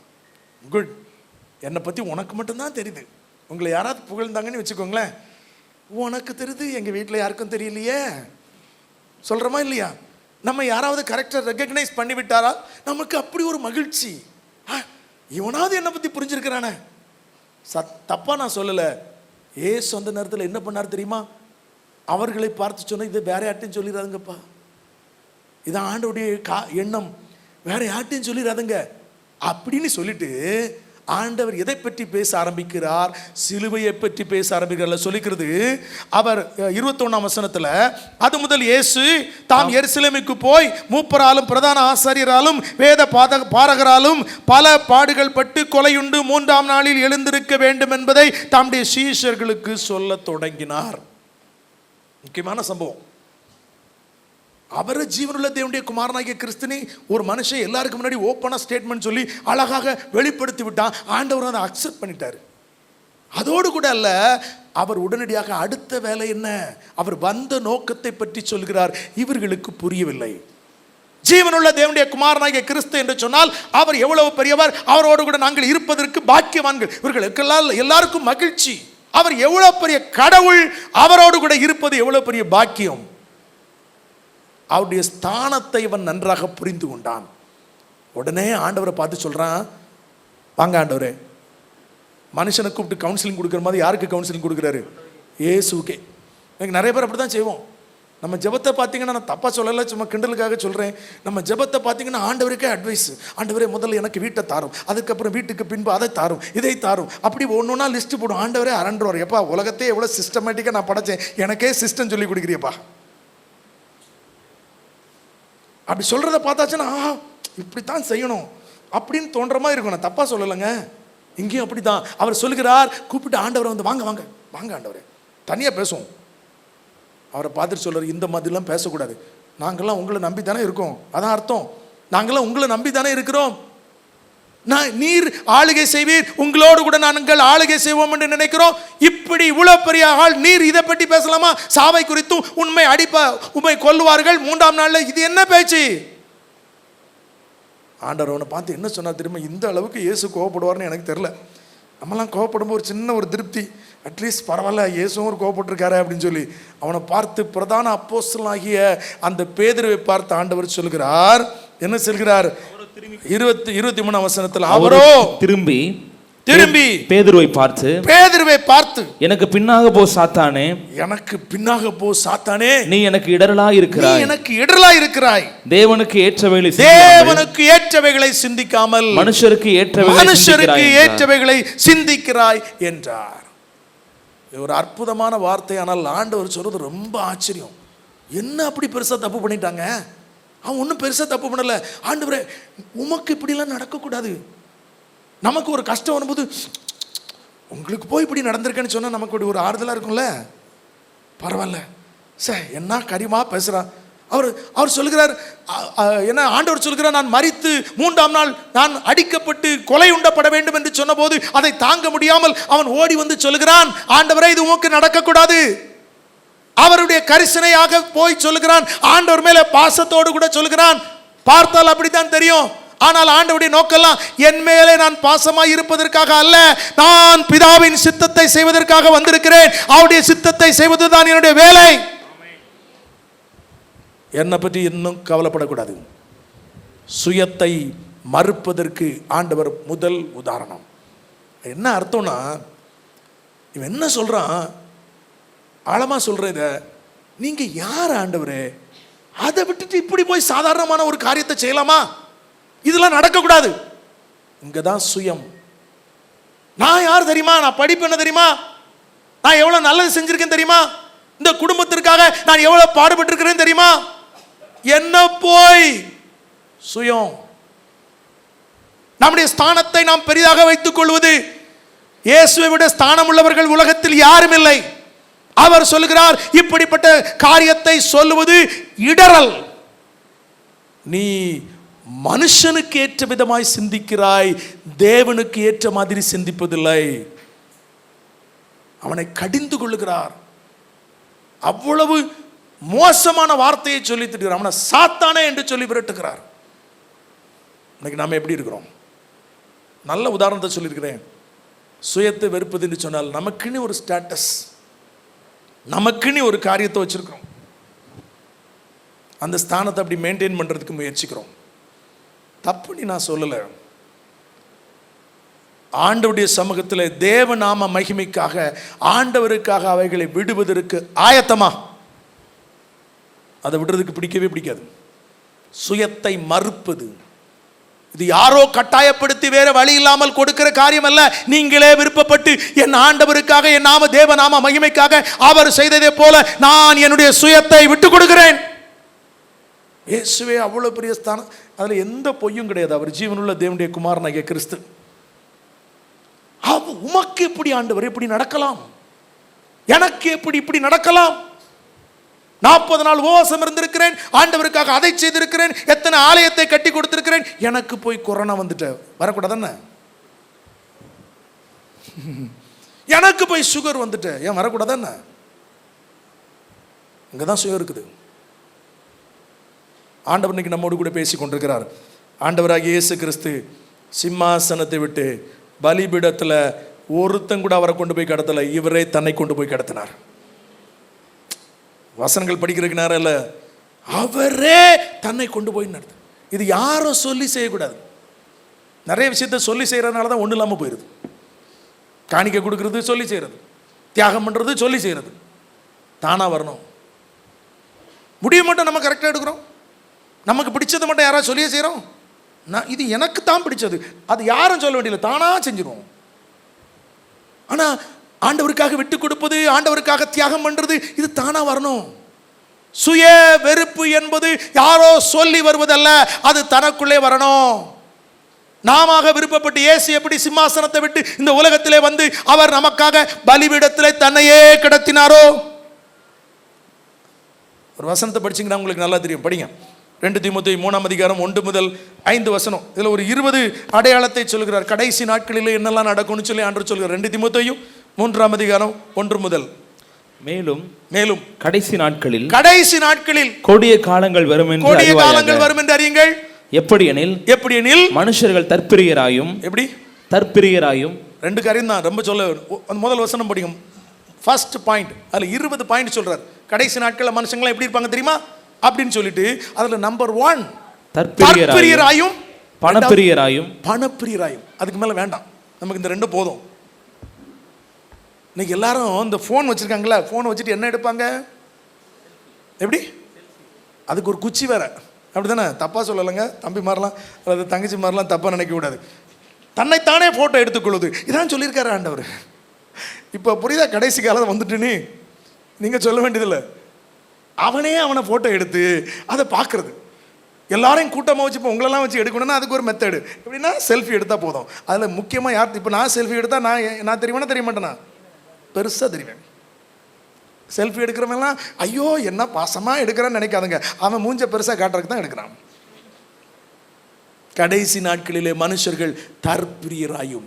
சுய மறுப்பு என்பது உன்னை நீ பிரியப்படுத்துவது அல்ல. உன்னை பிரியமாய் உனக்கு பிரியமானதை மட்டும் செய்வதுதான் வாழ்க்கை என்று உலகம் சொல்லிக் கொடுக்கிறது. இதை தான் வெற்றி என்று சொல்கிறார்கள். ஆண்டவருடைய வாழ்க்கையிலே வெற்றி என்று சொன்னால் உனக்கு பிரியமானதை விடுவதுதான் ஆண்டவருக்கு பிரியமாய் இருப்பது. ஆண்டவர் நம்மோடு கூட பேசிக் கொண்டிருக்கிறார். தற்பிரியராக, பணப்பிரியராக, எல்லாமே மணி மைண்டட். ஃபர்ஸ்ட் நான் உங்களுக்கு புரிகிற மாதிரி இன்னும் சொல்கிறேங்க. சுய மறுப்புன்னு சொன்னால் செல்ஃப் சென்டர்டு அல்ல. உங்களை மையமாக வைத்து எனக்கு பிடிச்சது, எனக்கு வேண்டியது, எனக்கு தெரிஞ்சது, என்னை சூழ்ந்து என் குடும்பத்தெல்லாம் அதுக்கு வேண்டி நான் வெறுக்கடி சொல்லலைங்க. இதை மட்டுமே மையமாக வைத்து வாழ்வது அல்ல, கிறிஸ்துவை மையமாக வைத்து வாழ்வது. இது எனக்கு பிடிச்சதை செய்கிறேனா அல்லது ஏசப்பாவுக்கு பிடிச்சதை செய்கிறேனா? அது சின்ன டிசிஷனாக இருந்தாலும், சின்ன தீர்மானமாக இருந்தாலும், பெரிய தீர்மானமாக இருந்தாலும், அது உங்களுடைய வாழ்க்கையில் அனுதின தீர்மானமாக இருந்தாலும், சில வேளைகளிலே நான் உதாரணத்துக்கு சொல்கிறேனே, நீங்கள் சாப்பிடுகிற உணவை பற்றி சொல்கிறேன். ஜங்க் ஃபுட் சாப்பிட்டா என்ன அர்த்தம்? ஜங்க் ஃபுட்னா என்ன? குப்பையான உணவு. குப்பையிலேருந்து எடுக்கிறதுல அந்த ஃபுட்டு வந்து நமக்கு குப்பையாக இருக்குன்னு வச்சுங்க. அதை சாப்பிட்டா என்ன? சாப்பிட்றவங்க எல்லாரும் அவங்களுக்கு பிடிச்ச மாதிரி தான் சாப்பிடுவாங்க. யாரோ சொன்னதுக்காக சாப்பிட்றதில்ல, அவனுக்கு பிடிச்சது. ஆனால் அது ஆண்டவருக்கு பிடிக்குமா? No. He is abusing his body. அவனுடைய சரீரத்தை அவனே கெடுக்கிறான். ஒரு அக்கா எனக்கு வந்து மெசேஜ் போட்டாங்க. அவருடைய கணவர் மரித்து போனார்கள். அவர் நல்ல மனிதர், உயர்ந்த நிலைமையில் இருந்தார். குடித்து தன்னுடைய சரீரத்தை கெடுத்து கொண்டார். He abuse his body. நிறைய பேர் நம்முடைய சரீரத்தை நாமளே விருப்பப்பட்டு அழித்து கொண்டிருக்கிறோம். இது நமக்கு பிடிக்கும், ஆனால் ஆண்டவருக்கு பிடிக்காது. சும்மா உதாரணத்துக்கு தான் சொல்லியிருக்கேன். நீங்கள் ஜங்க் ஃபுட்டெல்லாம் சாப்பிடக்கூடாதுன்னு நான் சொல்லலை. அது நமக்கு பிடிக்கும். நாம் செய்கிற காரியம் நமக்கு பிடிக்கும். எதெல்லாம் நமக்கு பிடிச்சதா சரிமா அது நாம் சுயத்தை மையமாக வைத்து வாழ்கிறோம் என்று அர்த்தம். எதெல்லாம் ஆண்டவருக்கு பிடிக்குங்கிறதை செய்கிறோமோ அது தேவனை மையமாக வைத்து வாழ்கிற வாழ்க்கை. இதைத்தான் ஆண்டவர் சொல்கிறார், சுயத்தை வெறு, ஆண்டவரை பின்பற்று. ரொம்ப ஈஸி. முடியாதெல்லாம் ஒரு காலம் சொல்லவே மாட்டார். இயேசு கிறிஸ்து இதை செய்தார். யோவான் ஸ்நானகன் திருமுழுக்கு கொடுக்கிறார், ஞானஸ்நானம் கொடுக்கிறார். ஞானஸ்நானம் கொடுப்பதற்கு எல்லாரும் வாங்க. ஞானஸ்நானம் எடுப்பது கொடுத்தால் யார் எடுத்தாலும் சந்தோஷம், மகிழ்ச்சி. அது ஒரு வாழ்க்கையில் ஒரு முக்கியமான ஒன்று. ஆனால் யோவான் ஸ்நானகன் என்ன சொல்கிறார் தெரியுமா? ஞானஸ்தானம் எடுக்கிற வரலாம் சொல்கிறார். எப்பா நீ ஞானஸ்தானம் எடுக்கணும்னா என்ன செய்யணும் தெரியுமா? உன்கிட்ட 2 இருந்தால் 1 கொடுத்துரு. என்னடா இது? ஆமாம், இதுதான் அடையாளம். ஞானஸ்தானம் எடுக்கிறதே பெரிய விஷயம், இதில் இது வேற செய்யணுமா? சுயத்தை மறுக்காமல் தேவனுக்கு கீழ்ப்படிவது கூடாத காரியம். இங்கே அவர் சொல்கிறார், இன்னும் சொல்லமில்ல, அவர் சொல்கிறார், அவர் ஊருக்கெல்லாம் உபதேசம் பண்ணுறவர் இல்லை. ஏப்பா வர்றவங்களாம் 2 இருந்தால் 1 கொடுத்துருங்க, 2 அங்கே இருந்தால் 1 அங்கே கொடுத்துரு. அவர் மட்டும் சொல்றதில்ல, அவர் ஒரு பெரிய தீர்க்கதரிசி. ஆண்டவர் அவரை பற்றி சொல்கிறார், ஸ்திரீகளிலே பிறந்தவனிலே யோவான் ஸ்நானகனை போல ஒருவனும் இல்லை. அவனை பற்றி அவ்வளோ பெரிய வாக்கு தத்தம், அவ்வளோ பெரிய கிரெடிட், அவ்வளோ பெரிய ஒரு நல்ல வார்த்தையை சொன்ன அவர் சொல்லுகிறார், ஆண்டவருக்கு 6 மாசத்துக்கு முன்னாடி பிறந்தவர், அவர் தான் வழியை ஆயத்தம் பண்ணுகிறவர், ஒரு பெரிய ஒரு வைராக்கியமான தீர்க்கதரிசி. அவர் சொல்கிறார், நான் சிறுகவும் அவர் பெருகவும் வேண்டும். இதுதான் சுய மறுப்பு. இதைத்தான் அவர் தான் செஞ்சதைத்தான் மற்றவங்களுக்கு சொன்னார், அல்லது அவர் சொன்னதைத்தான் அவர் செய்தார். ஏசு கிறிஸ்துவும் அப்படித்தான். பாருங்க, இதுதான் சுய மறுப்பு. இது மட்டுமல்ல, அவனை பற்றி ஆண்டவர் சொன்னார், அவன் எரிந்து பிரகாசிக்கிற விளக்கு. நம்ம எல்லாருக்கும் பிரகாசிக்க விருப்பம், ஆனால் எரிய இஷ்டம் கிடையாது. கஷ்டமே வந்துடக்கூடாது. அப்படி ஒரு மெத்தடை இன்னைக்கு கண்டுபிடிக்கிறதுக்கு முயற்சி பண்ணுறாங்க. கஷ்டமே படக்கூடாது, ஆனால் ஐ ஹவ் டு ஷைன், நான் நன்றாக பிரகாசிக்க வேண்டும், ஆண்டவருக்காக அதை செய்யணும் இதை செய்யணும், ஆனால் ஒரு கஷ்டம் வந்துடக்கூடாது. யோவான் ஸ்நானகனை பாருங்கள், அவன் எரிந்து பிரகாசிக்கிற விளக்காக இருந்தான். இன்னைக்கு ஒரு மெழுகுர்த்தி போல, மெழுகுத்திரி பார்த்துருக்கீங்களா? கேண்டில், அதை கொளுத்துன உடனே பெருசாக எரியாது, லைட்டாக தான் எரியும். ஆனால் பிரகாசமாக எரிய ஆரம்பிக்க மெழுகு உருகிருதுன்னு அர்த்தம். மெழுகு உருக ஆரம்பித்தாதான் அதனுடைய பிரைட்னஸே ஜாஸ்தியாக இருக்கும். இன்னைக்கு ஆண்டவர் சொல்லுகிறார், ஆகையினால் சிலுவையில் அறையப்பட்ட மனிதன் மட்டுமே சிலுவையில் அறையப்பட்ட இயேசுவை பிரசங்கிக்க முடியும், உணர முடியும். அப்போ நம்மை இயேசுவோடு கூட சிலுவையில் அறையணும். அப்படின்னா என்ன அர்த்தம்? சுயத்தை விடணும், சுயமாய் வாழ்வதை விட வேண்டும். சுய வெறுப்பு நம்முடைய வாழ்க்கையிலே ஜீவ பலியாக ஒப்பு கொடுப்பதற்கு மிக முக்கியமான ஒன்று. ஆண்டவர் சொன்னார், கற்பனையிலே பெரிய கற்பனை எது? 10 கற்பனை 2 சுருக்கி சொன்னார். முதல் கற்பனை என்ன? ஆண்டவரை முழு இருதயத்தோடு, முழு பலத்தோடு, முழு ஆத்மாவோடும் ஆண்டவரிடத்தில் அன்பு கூற வேண்டும். அதற்கு ஒப்பா இருக்கிற 2வது கற்பனை இல்லை, ஆல்சோ ஈக்குவல், அதற்கு ஒப்பா இருக்கிற கற்பனை என்னவென்றால், உன்னை நேசிப்பதை போல பிறனையை நேசி. மற்ற எல்லாம் செஞ்சிடலாங்க ஆண்டவருக்காக, இது ரொம்ப கஷ்டம். ரொம்ப கஷ்டம். நம்ம நேசிக்கிற மாதிரி பிறனை அது பிள்ளையாக இருந்தாலும் நேசிக்க முடியாதுங்க. நான் ப்ரூவ் பண்ணலாம். ஐயோ நம்ம பிள்ளைக்காக நான் என்ன வேணாலும் செய்வேன் சொல்லுவோம், ஆனால் செய்வது கடினம். சில வேளைகளிலே மனிதர்கள் எப்படி இருக்கிறார்கள் தெரியுமா? பாண்டிச்சேரியில் ஒரு பெரிய ஹாஸ்பிட்டல் இருக்கிறது, ஜிப்மர் ஹாஸ்பிட்டல். அந்த ஹாஸ்பிட்டலில் வடநாட்டிலிருந்து நிறைய பேர் வந்து தங்குகிறார்கள். அங்கே வந்து ட்ரீட்மெண்ட்டுக்காக வர்றாங்க. கவர்மெண்ட் ஹாஸ்பிட்டல், பெரிய நல்ல சிகிச்சை செய்யக்கூடிய ஒரு ஹாஸ்பிட்டல். அந்த ஹாஸ்பிட்டலுக்கு வந்து நிறைய பேர் வந்து தங்குவாங்க. அங்கே அவங்களுக்கு தெரியறதில்ல, இங்கே வந்து எல்லாமே ஃப்ரீன்னு சொன்னாச்சுன்னா அங்கே சாப்பாடெலாம் ஃப்ரீயாக கொடுப்பாங்கன்னா என்ன, அதெல்லாம் கொடுக்க மாட்டாங்க. ஸோ இங்கே வந்த பிறகு தான் தெரியும் அவங்களுக்கு சாப்பாடு இருக்காது, தங்குறதுக்கு இடம் இருக்காது, அதெல்லாம் கஷ்டம், ரொம்ப கஷ்டப்படுவாங்க. திடீர்னு அவங்களுக்கு வந்து ஒரு ஆப்ரேஷனுக்கு வந்து 6 மாதம் வெயிட் பண்ணணும். சாதாரண ஆப்ரேஷன், அது கேன்சர் பேஷண்ட்டாக இருந்தாலும் சரி, அல்லது கிட்னி பேஷண்ட்டாக இருந்தால், கிட்னி பேஷண்ட் தான் 3 இயர்ஸ் கூட வெயிட் பண்ணுவாங்க டிரான்ஸ்பிளான்ட் பண்ணுறதுக்கு. அவங்களே சொந்தக்காரங்களுக்கு கிட்னியை கொண்டு வந்தால் கூட 3 வருஷம் வெயிட் பண்ணணும், அப்படி க்யூவில் இருக்கும். அந்த மாதிரி ஒரு நேரத்தில் ஆப்ரேஷனுக்கு அவங்க சொந்தக்காரங்களாம் அங்கேருந்து அனுப்பி விட்ருவாங்க. அப்பப்போ வந்து பார்ப்பாங்க, எங்கள் சொந்தக்காரங்க அவங்க வந்திருக்காங்க, இவங்க வந்திருக்காங்க எல்லாம் சொல்லுவாங்க, நல்லா தான் இருக்கும். ஆனால் அந்த ஆப்ரேஷன்னே ஒரு டேட்டை கொடுத்த உடனே இவங்க ஃபோன் அடிப்பாங்க. அது வரைக்கும் சொல்லுவாங்க, உனக்கு என்ன இருந்தாலும் நாங்கள் பார்த்துக்கிட்டுறோம் சொல்லுவாங்க. என்ன உயிரையே கூட கொடுக்குறேன், தயிரை கூட என்ன வேணாலும் சொல்லுவான். ஆனால் அவன் ஃபோன் அடித்து ஆப்ரேஷனுக்கு டேட்டை கொடுத்துட்டாங்க, 5 பாட்டில் பிளட்டு கேட்குறாங்க அப்படின்னு சொன்ன உடனே அப்படியா, அவ்வளோதான். அதுக்கப்புறம் ஃபோன் சுவிட்ச் ஆஃப் ஆயிரும். அவங்க அழுகிற அழுகையை பார்த்தீங்கன்னு சொன்னால் ஐயோ எல்லாரும் சுவிட்ச் ஆஃப் பண்ணிடுவோம். என்னதான் தெரியல, பாவம் வடநாட்டுக்காரங்களை தப்பாக சொல்லலைங்க, கொஞ்சம் முட்டாள்கள். இந்த பிளட்டை கொடுத்தா நமக்கு ஊறிடும் தெரியும்ல, இது தெரியாது. ஏதோ நம்மகிட்ட அவன்கிட்ட உறிஞ்சி எடுக்கிற மாதிரி நினச்சிட்டு அவ்வளோ வரும். அது வரைக்கும் வருவான், அங்கேருந்து பொருட்களெல்லாம் கொண்டு வருவான், எல்லாம் செய்வான். இந்த பிளட்டை கண்ட உடனே ஓடி போயிடுவான்.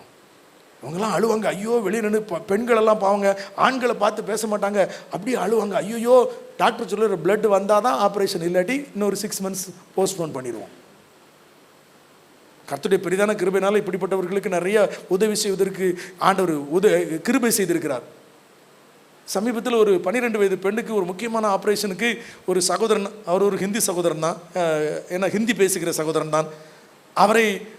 அவரை நாங்கள் பார்த்து எப்பா கொடுன்னு சொன்னோடனே நல்லா திடகாத்திரமாக பில்டப் ஆடி அவன் கொண்டு போய் கொடுத்தான். கொடுத்துட்டு வந்தோடனே அந்த பிள்ளையை காப்பாற்றப்பட்டு விட்டது.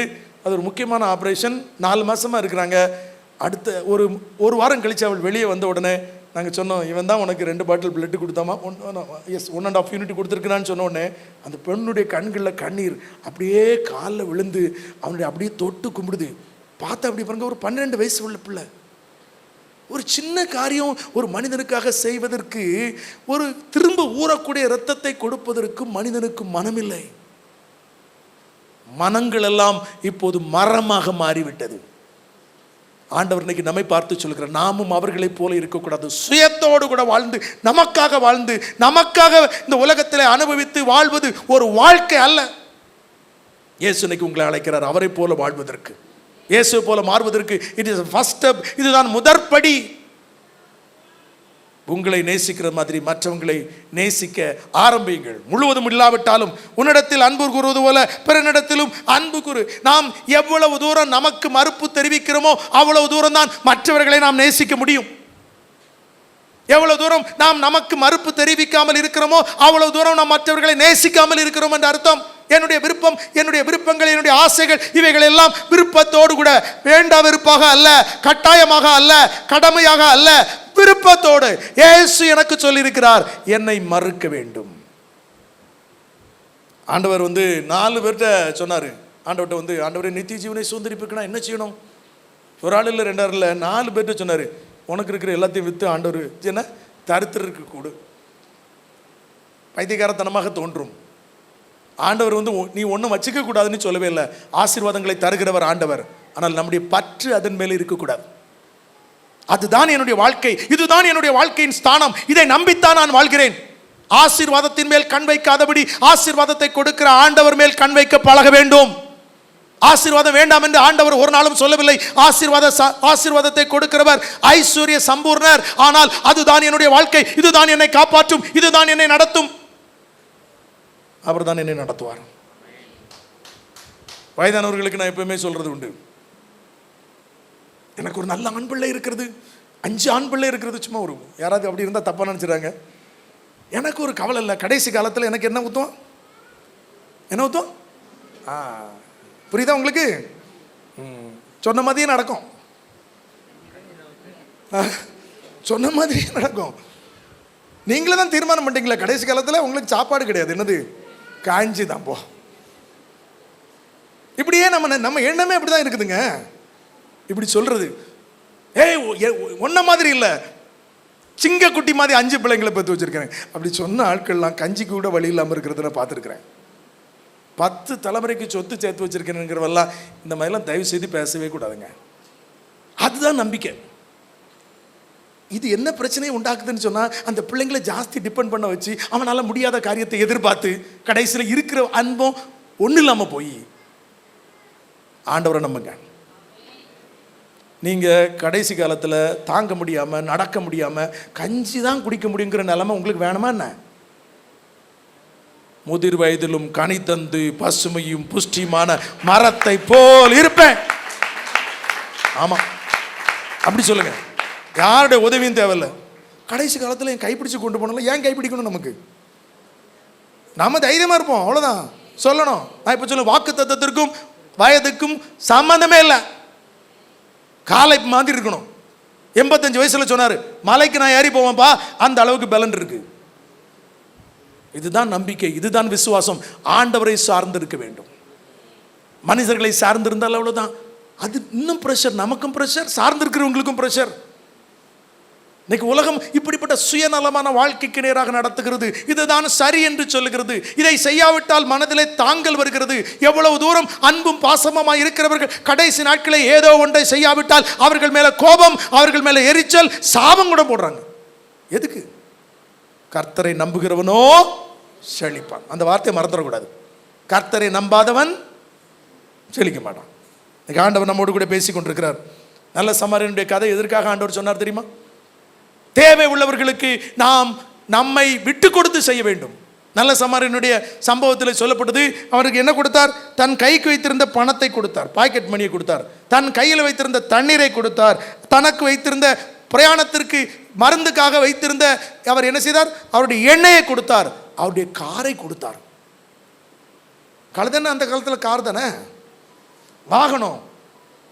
தேவை உள்ள மனிதனுக்கு கொடுப்பது, இதுதான் பழக்கம். சுயத்தை மறுப்பது என்று சொன்னால் இன்னைக்கு இந்த மாதிரி காரியங்கள் எல்லாம் குறைந்து கொண்டிருக்கிறது. அப்படி செய்தாலும் தன்னல மறுப்பு இல்லாமல் தருத்திற்கு உதவி செய்யவே முடியாது.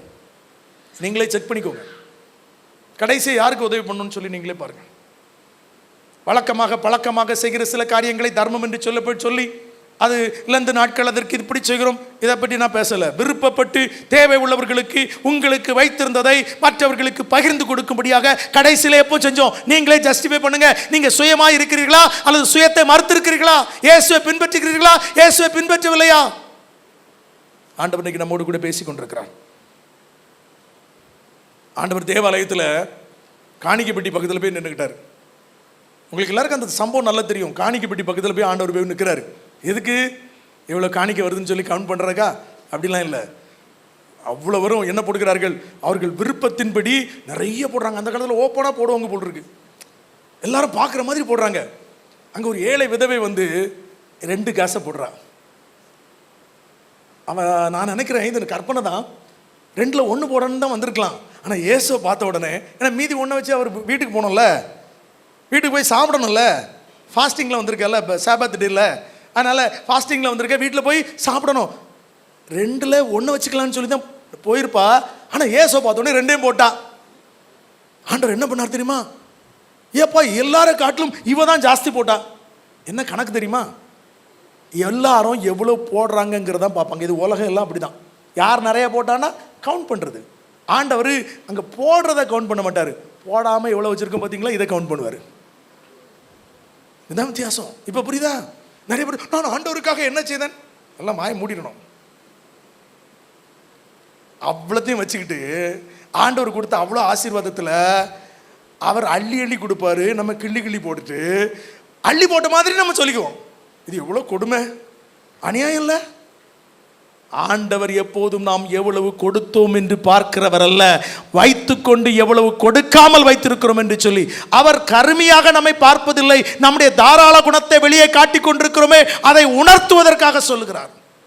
மற்றவங்களோட கம்பேர் பண்ணி பார்க்கறது. போடுறவெல்லாம் அப்படிதான் போட்டான். அவன் 10,000 போட்டான், நான் 20,000 போடுறேன்ல. ஆண்டவர் எதை பார்க்குற? இதெல்லாம் பார்க்கவே மாட்டார்.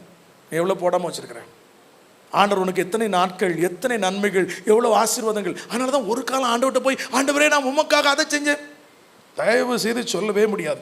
நீ எவ்வளவு கொடுத்தாய் என்று அல்ல, எவ்வளவு வைத்திருக்கிறாய் என்பதை வைத்துத்தான் உன்னுடைய கொடையை ஆண்டவர் தீர்மானிக்கிறார். அவள் தன்னுடைய ஜீவனத்துக்காக வைத்திருந்த எல்லாவற்றையும் கொடுத்து விட்டாள். மரியாள் என்று சொல்லி ஒரு பெண் 300 பணத்திற்கு ஒப்பாயிருந்த தன்னுடைய தைல குப்பியை, அது ஒரு வருஷ சம்பளங்க. பொதுவாக பெண்கள், வாலிப பெண்கள் தன்னுடைய மணவாளனுக்காக பரிசாக அதை வைத்திருப்பார்கள். ஒரு வருஷ சம்பளம் 10,000 ரூபான்னு சொன்னா 1,20,000 ரூபா, மாதம் 10,000 ரூபா சம்பளம்னு சொன்னால் 12 மாத சம்பளம். யூதர்களுடைய கணக்கில் 300 நாட்கள் தான் கணக்கு. 65 நாள் அந்த சாபத் டே லீவு நாள்லாம் போயிடும்.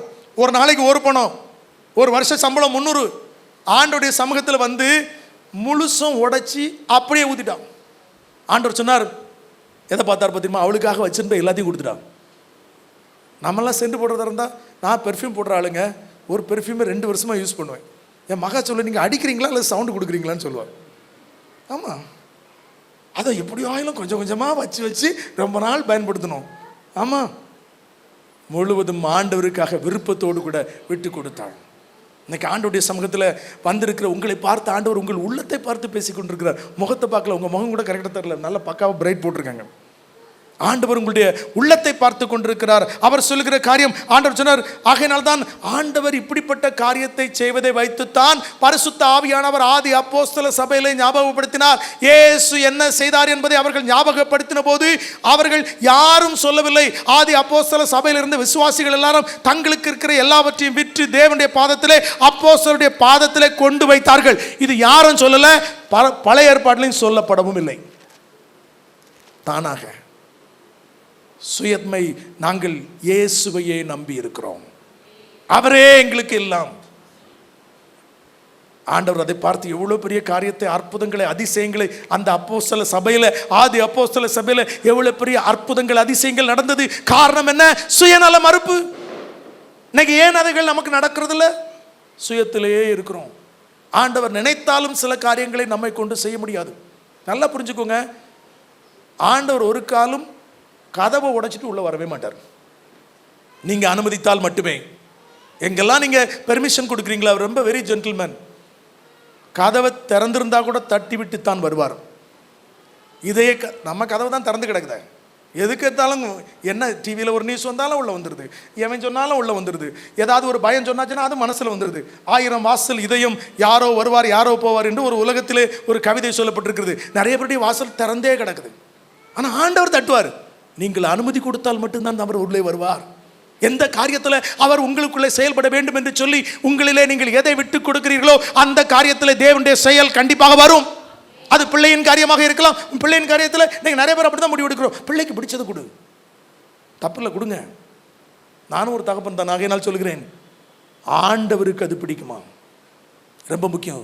செல்ஃப் சென்டர்டை விட கிரைஸ்ட் சென்டர்டாக பிள்ளைகளை வாழ கற்றுக்கொள்ளுங்கள். இதை காட்டிலும் ஒரு நல்ல லைஃப் ஸ்டைல் உலகத்தில் வேறு எதுவுமே இல்லை. பாதுகாப்பான ஒரு வாழ்க்கை முறை எதுவும் இல்லை. இன்னைக்கு ஆண்டவர் நம்மோடு கூட பேசிக் கொண்டிருக்கிறார். பிரியமானவர்களே, அதனால தான் அவர்கள் அப்போஸ்தலர்கள் சொன்னார்கள், நாங்கள் ஆண்டவருக்காக செலவு பண்ணப்படவும். இன்னொரு வசனத்தில் சொல்லப்பட்டிருக்கிற நேரம் இல்லை, நாங்கள் எங்களையே பானபலியாக வார்க்கப்படுகிறோம். பவுல் சொல்கிறார், நாங்கள் எங்களை பானபலி. பலியில் நிறையா இருக்குது, போன வாரம் சொல்லியிருப்பாங்க உங்களுக்கு. பானபலின்னா என்ன தெரியுமா? சர்வாங்க தகன பலியில் கூட அதை செலுத்தின பின்பு அதில் சாம்பல் வரும், சாம்பல் மீதியாக இருக்கும். பானபலியை ஊத்துனா ஒன்றுமே இருக்காது, ஒரு இது கூட மிச்சம் இல்லை. அவர் சொல்றாரு, நாங்கள் ஊழியத்திற்காக எங்களை பானபலியாய், உங்களுக்காக எங்களை பானபலியாய் முழுவதும் தன்னை விட்டு கொடுத்தது. இன்னைக்கு நம்ம எத்தனை காரியத்தில் ஆண்டவருக்காக இல்லைங்க, நம்முடைய குடும்பத்தின் காரியத்தில் கூட நம்ம விருப்பத்தை நிறைவேற்றணும்னு நினைக்கிறோமா, அல்லது ஏன் விருப்பமே வேண்டாம், இதில் ஆண்டோடைய எப்பெல்லாம் நீங்கள் அப்படி முடிவெடுக்கிறீங்களோ அதில் எல்லாத்துலேயும் ஆண்டவர் இருப்பார். நீங்கள் எடுக்கிற எல்லா முடிவுலையும் 99% நீங்கள் இருந்து 1% ஆண்டவர் இருந்தால் பிரயோஜனமே இல்லை. இன்னும் சொல்லப்போனால் 99% ஆண்டவர் இருந்து அதில் 1% நீங்கள் இருந்தாலும் அதில் ரிஸ்க் இருக்கு. இன்னைக்கு ஆண்டவர் நம்மோடு கூட பேசி கொண்டிருக்கிறார். ஆண்டவர் சொல்கிறார், இன்னைக்கு சுயத்தை அவருடைய கையில் ஒப்பு கொடுப்பது தான் மிக முக்கியமான ஒன்று. ஒரு 15 நிமிஷம் நான் இன்னும் சில காரியத்தை நான் உங்களுக்கு சொல்ல விரும்புகிறேன்.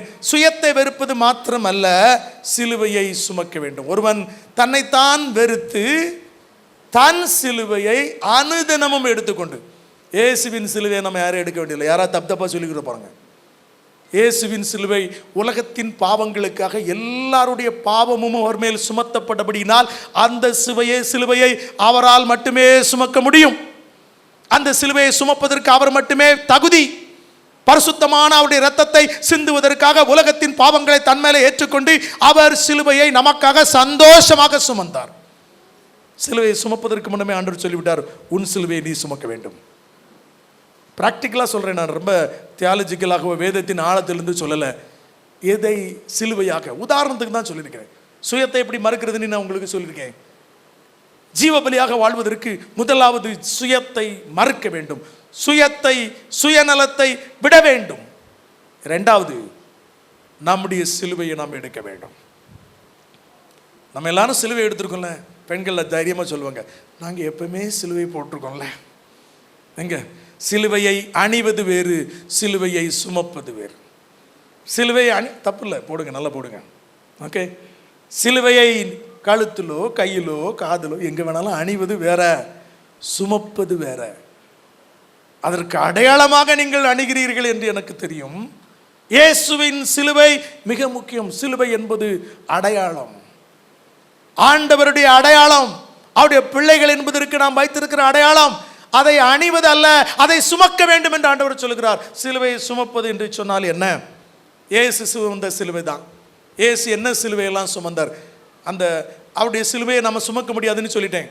அவர் என்ன சிலுவையெல்லாம் சுமந்தானே ஒரு 4-5 சிலுவை நான் உங்களுக்கு, வாழ்க்கை முறையிலே சிலுவையை சுமப்பது, சாவதற்காக போகிற சிலுவை அல்ல, வாழ்க்கையில் அனுதினமும். அப்போ டெய்லி லைஃப்பில் நம்ம இருக்கணும். டெய்லி 3 வேளை சாப்பிட்றோம்ல, அதே மாதிரி எப்பவும் சிலுவையை சுமக்கணும். தினந்தோறும் சில காரியத்தை டெய்லி செய்யணும்னு ஆண்டவர் சொல்லிக்காரு, அதை வருஷத்துக்கு ஒருக்கா செய்வோம். அதான் பிரச்சனை. அவரோடு கூட உறவை எப்போதும் வைத்திருக்க வேண்டும், எலக்ட்ரிசிட்டி மாதிரி. இதை நாம் எப்போதாவது ஞாயிற்றுக்கிழமை மட்டும், விசேஷ கூட்டம் வந்த மட்டும், அப்போதான் இயேசுவே, கஷ்டம் வரும்போது மட்டும். அதான் பிரச்சனை. தினந்தோறும் செய்ய வேண்டியதை தினந்தோறும் செய்யணும். ஏன் வருஷத்துக்கு ஒருக்கா சாப்பிட வேண்டியதுனா? அதெல்லாம் கரெக்டாக போயிடுது இல்லை. ரொம்ப கஷ்டங்க. வடநாட்டுக்காரங்க 2 வேளை தான் சாப்பிட்றாங்க. நமக்கு கேவலமாக இருக்குது. 2 டைம்ஸ் தான் சாப்பிட்றான். என்னுடைய நண்பர் ஒரு டாக்டர் இருக்கிறாரு. அவர் சொல்லுவார், brother, I use to eat only 2 time meal. 2 வேளை தான் நான் சாப்பிடுகிறேன். எப்படியா இருக்க? ஸ்லிம்மாக இருக்காருங்க. அவர் பெரிய டெர்மட்டாலஜிஸ்ட்டு, சூப்பராக இருக்காரு. நீங்கள் 4 வேளை கூட சாப்பிடுங்க, நான் வேண்டான்னு சொல்லலை, சும்மா சொல்கிறேன். பழக்கம்தான். தினந்தோறும் எப்படி பழகுகிறோமோ. இன்னைக்கு ஆண்டவர் நம்மோடு கூட பேசி கொண்டிருக்கிறார். ஆண்டவராகிய இயேசு கிறிஸ்து எவ்வளவு நல்லவர், ஜீவனுள்ள தேவனுடைய குமாரனாகிய கிறிஸ்து. அவரை பற்றி மத்தேயு 1ஆம் அதிகாரத்திலே அவருடைய வாழ்க்கை பட்டியல் போடப்பட்டிருக்கிறது. அவருடைய ஜீனாலஜி என்று சொல்லப்படுகிற வம்ச வரலாறு போடப்பட்டிருக்கிறது. அதில் ஒரு அம்மா பேர் போட்டிருக்குது, அவங்க பாட்டி ஊட்டி அப்படிங்கிற மாதிரி முன்னோர்களுடைய வரலாறுல ராகாப் என்னும் பேசி. கெட்ட வார்த்தைங்க அது. இன்னைக்கு நிறைய பேர் நம்ம குடும்ப பின்னணியை, ஐயோ எனக்கு பெரிய குடும்ப பின்னணி இல்லை, அதை வச்சுக்கொண்டு நான் எப்படி வாழ்வேன், இதை சொல்லி சொல்லி என்னை அவமானப்படுத்துகிறார்கள். என்னுடைய வாழ்க்கையில நான் கடந்த காலத்தை சொல்லி சொல்லி அவமானப்படுத்துகிறார்கள். அதற்கு நான் ஒரு காரணம் அல்ல. பத்சேபாள் இன்னொன்று பார்த்தீங்கன்னா, உரியாவின் மனைவியா இருந்த, தேவையா? பேசாம சாலமோனி போட்டிருக்க வேண்டியதானே. உரியாவின் மனைவியா இருந்த பத்சேபாளிடத்தில் பிறந்த சாலமோன். ஆண்டவருடைய குடும்ப பின்னணி எவ்வளவு மோசமா இருக்குன்னு உங்களுக்கு தெரியாது. உங்களை போல தான் இயேசு அதே பின்னணியை வந்திருக்கிறார். அவர் பிறந்த ஊர் என்ன தெரியுமா? நான் எந்த ஊரில் பிறந்தேன் தெரியுமா? நான் என்ன குடும்பத்தில் பிறந்தேன் தெரியுமா? இதை நீங்கள் இப்படி சொல்லும் போது அடுத்தவனுக்கு நம்மெல்லாம் அப்படி சொல்கிறதுக்கு ஒன்றுமே இல்லையா, நம்மை உயர்த்தும் போது மற்றவர்களை தாழ்த்துகிறோம் என்று அர்த்தம். இதுக்கு பிறகு தான் டிஸ்கிரிமினேஷன். நம்மை பெரிதாக நாம் நினைக்கும் போது சிலுவையை சுமப்பது என்று சொன்னால் நம்முடைய குடும்ப பின்னணி அது எப்படி வேணாலும் இருக்கலாம், படிப்பு பின்னணி அல்லது ஜாதி பின்னணி என்ன வேணாலும் வச்சுக்கோங்க. அப்படி பிறந்த ஊரை பற்றி என்ன சொல்லப்பட்டிருக்குமா? யூதாவில் இருக்கிற சிறிய நகரமாகிய பெத்லெகேமே. யூதாவில் நிறைய நகரம் இருக்கு, அதில் சின்னது பெத்லெகேம். எப்படி சொல்லியிருக்கு பார்த்தீங்களா? சரி, அதை விட்டுருங்க. பிறந்த ஊர் நாசரேத் அவர் வளர்ந்த ஊர். நாசரேத்திலிருந்து ஏதாவது நன்மை வருமா? நம்ம பின்னணி சில நேரங்களில் நம்மை வேதனைப்படுத்தும். அதை வெளியே சொல்ல முடியாது. அதை அவமானமாக சில வேளைகளில் சுமக்க வேண்டியது இருக்கும். அதுதான் சிலுவை. மகிழ்ச்சியோட அதை பற்றிலாம் கவலைப்படக்கூடாது. இயேசு மகிழ்ச்சியோட அவரை பார்த்தீங்கன்னு சொன்னா, இன்னைக்கு நம்ம சொல்லும்போது பரம்பரை என்ன தெரியுமா, நீ யார் தெரியுமா, ஒரு காலத்தில் நீ என்ன பண்ணா தெரியுமா, இதை சொன்னா நிறைய பேருக்கு வலிக்குது. இனிமே வலிக்க கூடாது. சந்தோஷமா ஏற்றுக்கொள்ளுங்க. இயேசுவே இப்படிப்பட்ட ஒரு பின்னணியத்திலே வந்து பிறப்பதை தப்பாக நினைக்கவில்லை. அவரை கேவலப்படுத்தினார்கள். நிறைய வசனத்தை நான் உங்களுக்கு சொல்ல முடியும். இயேசுவிடத்தில் சொன்னார்கள், இவங்க தாத்தா யார் தெரியுமா, தச்சன். அப்படிதானே சொன்னாங்க, தச்சன்.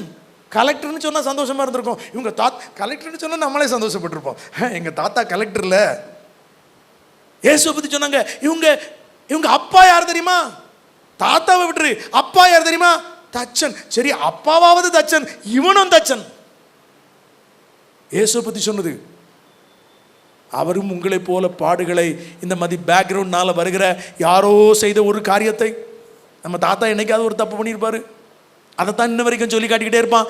ஆண்டவர் மன்னித்து ஏற்றுக்கொண்டிருப்பார். இப்படிப்பட்ட நிந்தைகளும் அவமானங்களும் வரும்போது, ஓ ஆண்டவருக்காக நான் சிலுவையை சுமக்கிறேன், இதுக்காக வருத்தப்படக்கூடாது, ஆண்டவரே இப்படிப்பட்ட நிலைமை எனக்கு வந்துருச்சேன்னு சொல்லி சோர்ந்து போகக்கூடாது. சிலுவையை சுமப்பது ஆண்டவர் நமக்கு கொடுத்திருக்கிற காரியம்.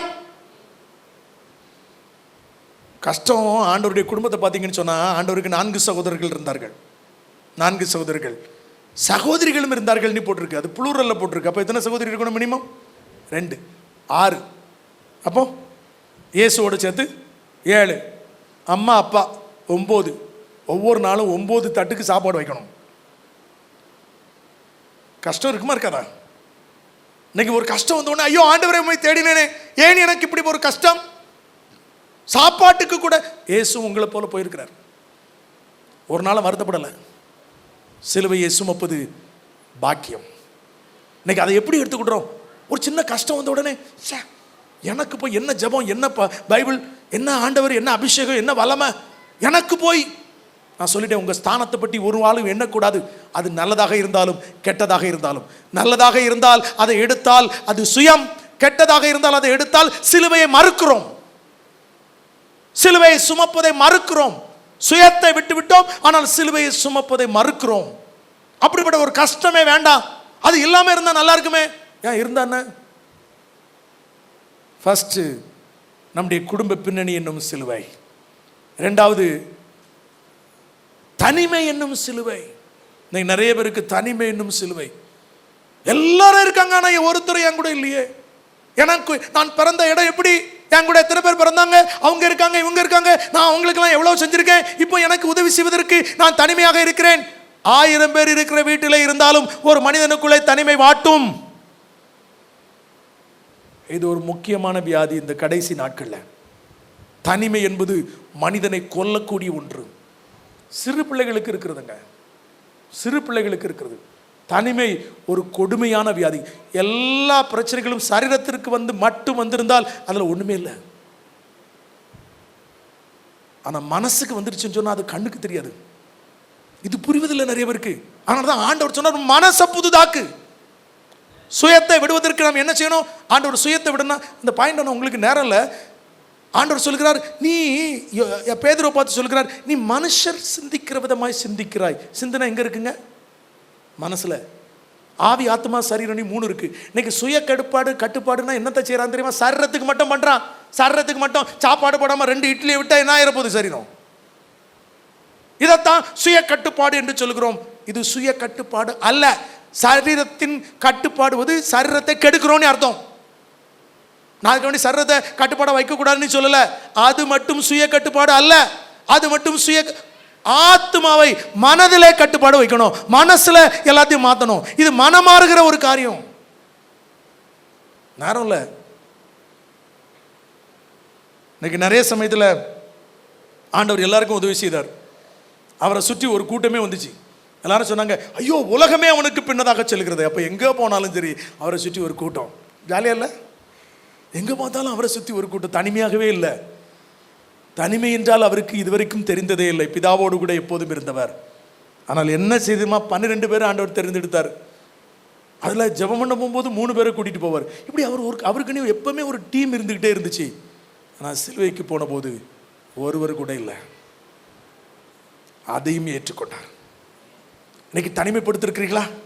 என்ன சொல்றோம்? நான் எல்லாருக்கும் எவ்வளோ பெரிய காரியத்தை செய்திருக்கிறேன், என்னை இப்படி தனியாக விட்டுட்டாங்களே. அதையும் ஏற்றுக்கொள்வதற்கு பக்குவத்தோடு கூட இருக்கணும். அதை கண்டு வருத்தப்படவே கூடாது. மனசை ஆயத்தப்படுத்துங்க. வேற வழி இல்லாமலாம் இல்லைங்க, மகிழ்ச்சியோடு கூட. இது சிலுவை, இதை சுமப்பது பாக்கியம், இதை சந்தோஷமா செய்யணும். சுயத்தை விட்டா, ஆண்டவரை நோக்கி பார்த்தா இது கண்டிப்பாக நடக்கும். இயேசுவின் சிலுவையை கரெக்டாக, எத்தனை லெண்ட் டேஸ் வந்தாலும் இன்னும் சிலுவையை சரியா நோக்கி பார்க்காமல் இன்னும் ஏதோ ஒன்றை மட்டுமே சிந்தித்துக் கொண்டிருக்கிறோம். அப்படி கட்டுப்பாடு வைத்தாலும் சுயத்துக்கு தான் கட்டுப்பாடு கொடுக்கிறோம். அப்படி கட்டுப்பாடு வைத்தாலும் அந்த 40 நாட்களுக்கு மட்டும் தான் கொடுக்கிறோம். நான் தினசரியை பற்றி பேசிக் கொண்டிருக்கிறேன். பழக்கமாக மாறிடணுங்க. சரியாக மாறல, அதனால தான் ப்ராப்ளம். 21 நாள் எந்த காரியத்தை செஞ்சாலும் 22வது நாள் அது உங்களுக்கு பழக்கமாக மாறிடும். இது விஞ்ஞானமே சொல்லுது. 21 நாள் 5 மணிக்கு எழும்புங்க, 22வது நாள் அலாரம் வைக்க வேண்டாம், தன்னால் எழுப்பிடுங்க. 40 நாள் என்னெல்லாமோ கட்டுப்பாடு பண்ணி பண்ணுறோம். ஆனாலும் அதுக்கப்புறமும் எல்லாமே 41வது நாள் காஞ்ச மாடு கம்பளை விழுந்த மாதிரி. நான் அதை பற்றி பேசவே இல்லை. சரீர கட்டுப்பாடு இல்லை. இன்னைக்கு ஆண்டவர் நம்மை மாற்ற விரும்புகிறார். ஜீவ பலியாக தேவனுக்கு முன்பதாக நம்மை வைக்க வேண்டும் என்று விரும்புகிறார். ஆண்டவர் நம்மோடு கூட பேசிக் கொண்டிருக்கிறார். பாருங்க, ஆண்டவரிடத்தில் அவர் தனிமையை, அவர் நம்மை போல தனிமையை அவர் உணர்ந்தார். தனிமையே பார்க்காத ஆண்டவர் எல்லாரும் விட்டுட்டு ஓடிட்டாங்க. என் தேவனே, என் தேவனே, ஏன் என்னை கைவிட்டீர்? பிதாவும் அவரை கைவிட்டு விட்டார். உங்களுக்காகவும் எனக்காகவும் தனிமையை மகிழ்ச்சியோடு ஏற்றுக்கொண்டார். இன்னைக்கு ஒரு தனிமை வந்துச்சுன்னா அப்படியே மைண்டெல்லாம் மாறிடுத. ஒரு தனிமை உணர்வு நமக்குள்ள வந்த உடனே அப்படி புத்தி பேதலித்த போல மாறிடுமே. தலை வெடிக்கிற மாதிரி இருக்கு, தலைவலி வருது. என்னத்தையாவது செய்யணும்னு சொல்லிருக்க, யாருமே இல்லையா? அவன் வருவானா, இவன் வருவானா, அங்க போலாமா, இங்க போலாமா? அவரோடு கூட உறவை சரியாய் வைத்திருப்போம் என்று சொன்னால் அந்த உறவு கூட இயேசுவுக்கு இல்லை. அதை கூட உங்களுக்காகவும் எனக்காகவும் ஏற்றுக்கொண்டார். ஏன் கிறிஸ்தவங்களுக்கு, ஆண்டவரை நம்புற பிள்ளைங்களுக்கு இதெல்லாம் வரக்கூடாதுன்னு இல்லை, ஒண்ணுமே இல்லை. இந்த உலகத்தில் ஒவ்வொருத்தரும், இது ஒவ்வொருத்தரும் இல்லை, இது மகிழ்ச்சி. இதை கஷ்டப்பட்டு செய்யக்கூடாது, இதை மகிழ்ச்சியோடு கூட செய்ய வேண்டும். அடுத்தது இருட்டு என்னும் சிலுவை. ஆசரிப்பு கூடாரத்தில் 3 இருக்குது. வெளிப்பிரகாரம், உட்பிரகாரம், மகா பரிசுத்த ஸ்தலம். வெளிப்பிரகாரத்தில் சூரிய வெளிச்சம் இருக்கும், உட்பிரகாரத்தில் விளக்கு வச்சிருப்பாங்க, மகா பரிசுத்த ஸ்தலத்தில் எதுவுமே இருக்காது. இயேசுவை நோக்கி பார்க்கும்போது, முதலாவது ஆண்டவரை தேடும் போது கேட்ட உடனே எல்லாத்தையும் கொடுத்துருவார், நடக்கும். நல்ல விசுவாசத்துக்குள்ள வளரும் போது, தேவைப்படும் போது ஆண்டவர் செய்வார், பாதி செய்வார், பாதி செய்ய மாட்டார். ஆண்டவரோடு கூட ரொம்ப நெருங்கி அவரோடு கூட உறவாடும் போது எல்லாமே இருட்டா இருக்கும். எவ்வளவுதான் ஜெபம் பண்ணி பார்த்தாலும் நடக்காது. இந்த மாதிரி நேரத்தில் சோர்வு நமக்கு நேராக வந்துவிடும். ஆண்டவர் இப்படிப்பட்ட இருட்டின் வழியாக சென்றிருக்கிறார். அவருக்கு பதிலே சொல்ல முடியாதபடி பிதா அவரை கைவிடும்படியாக அவர் எல்லாராலும் கைவிடப்பட்டவராக. ஒரு இருட்டுனா என்ன தெரியுமா?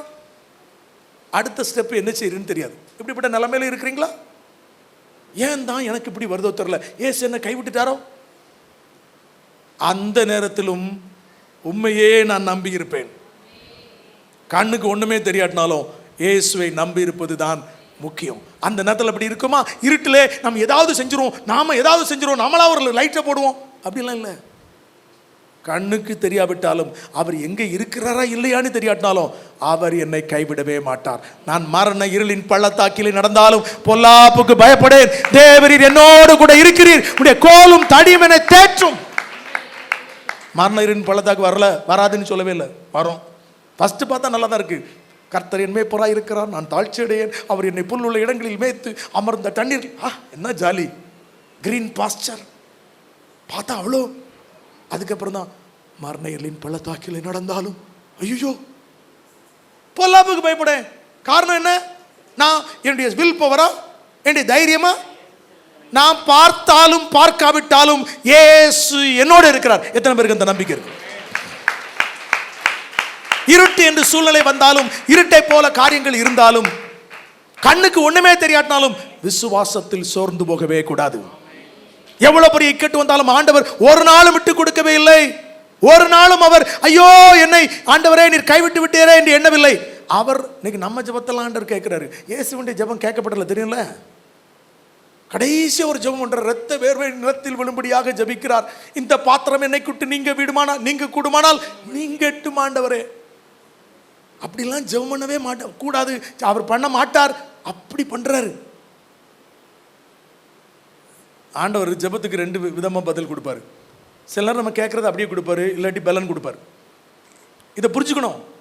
இது எப்படி கத்துக்கிறது? இயேசுக்கு அப்படிதான். அந்த ஜெபத்திற்கு பதில் கொடுக்கவில்லை. சரி மகனே, உனக்கு இந்த பாத்திரம் வேண்டாம் என்று சொல்லவில்லை.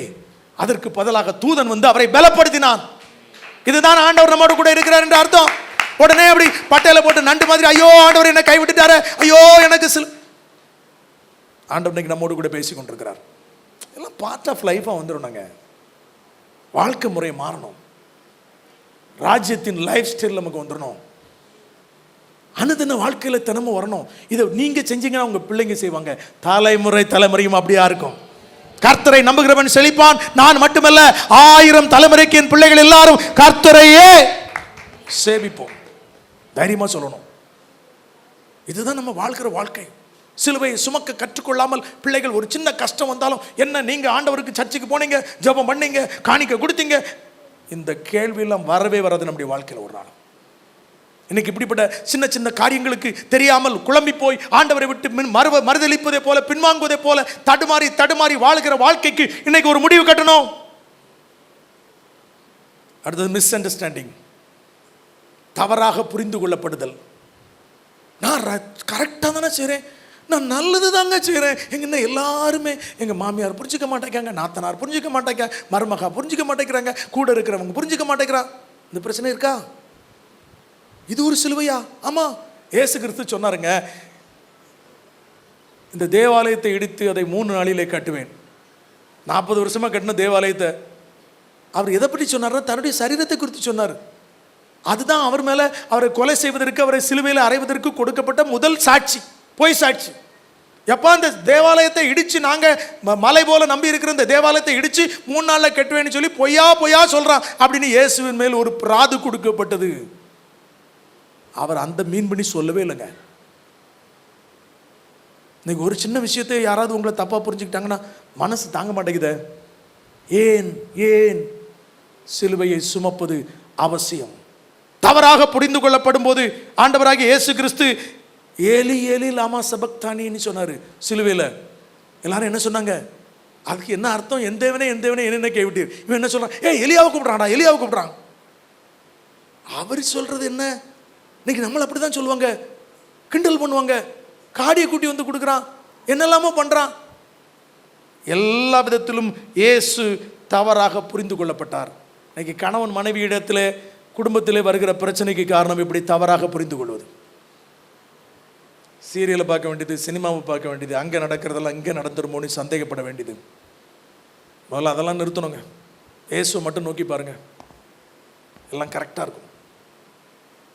மன்னின்னு சொல்கிறதுல என்ன பிரயோஜனம்? அவரை பார்த்தா மன்னிப்பு தானாக வந்துடும், அவரை பின்பற்றினால் தானாக வந்துடும். Miss understanding. 25 வருஷம் சேர்ந்து வாழ்கிறவர்கள் கூட மிஸ் அண்டர்ஸ்டாண்டிங்கில் பேசாமல் இருக்கிறார்கள்.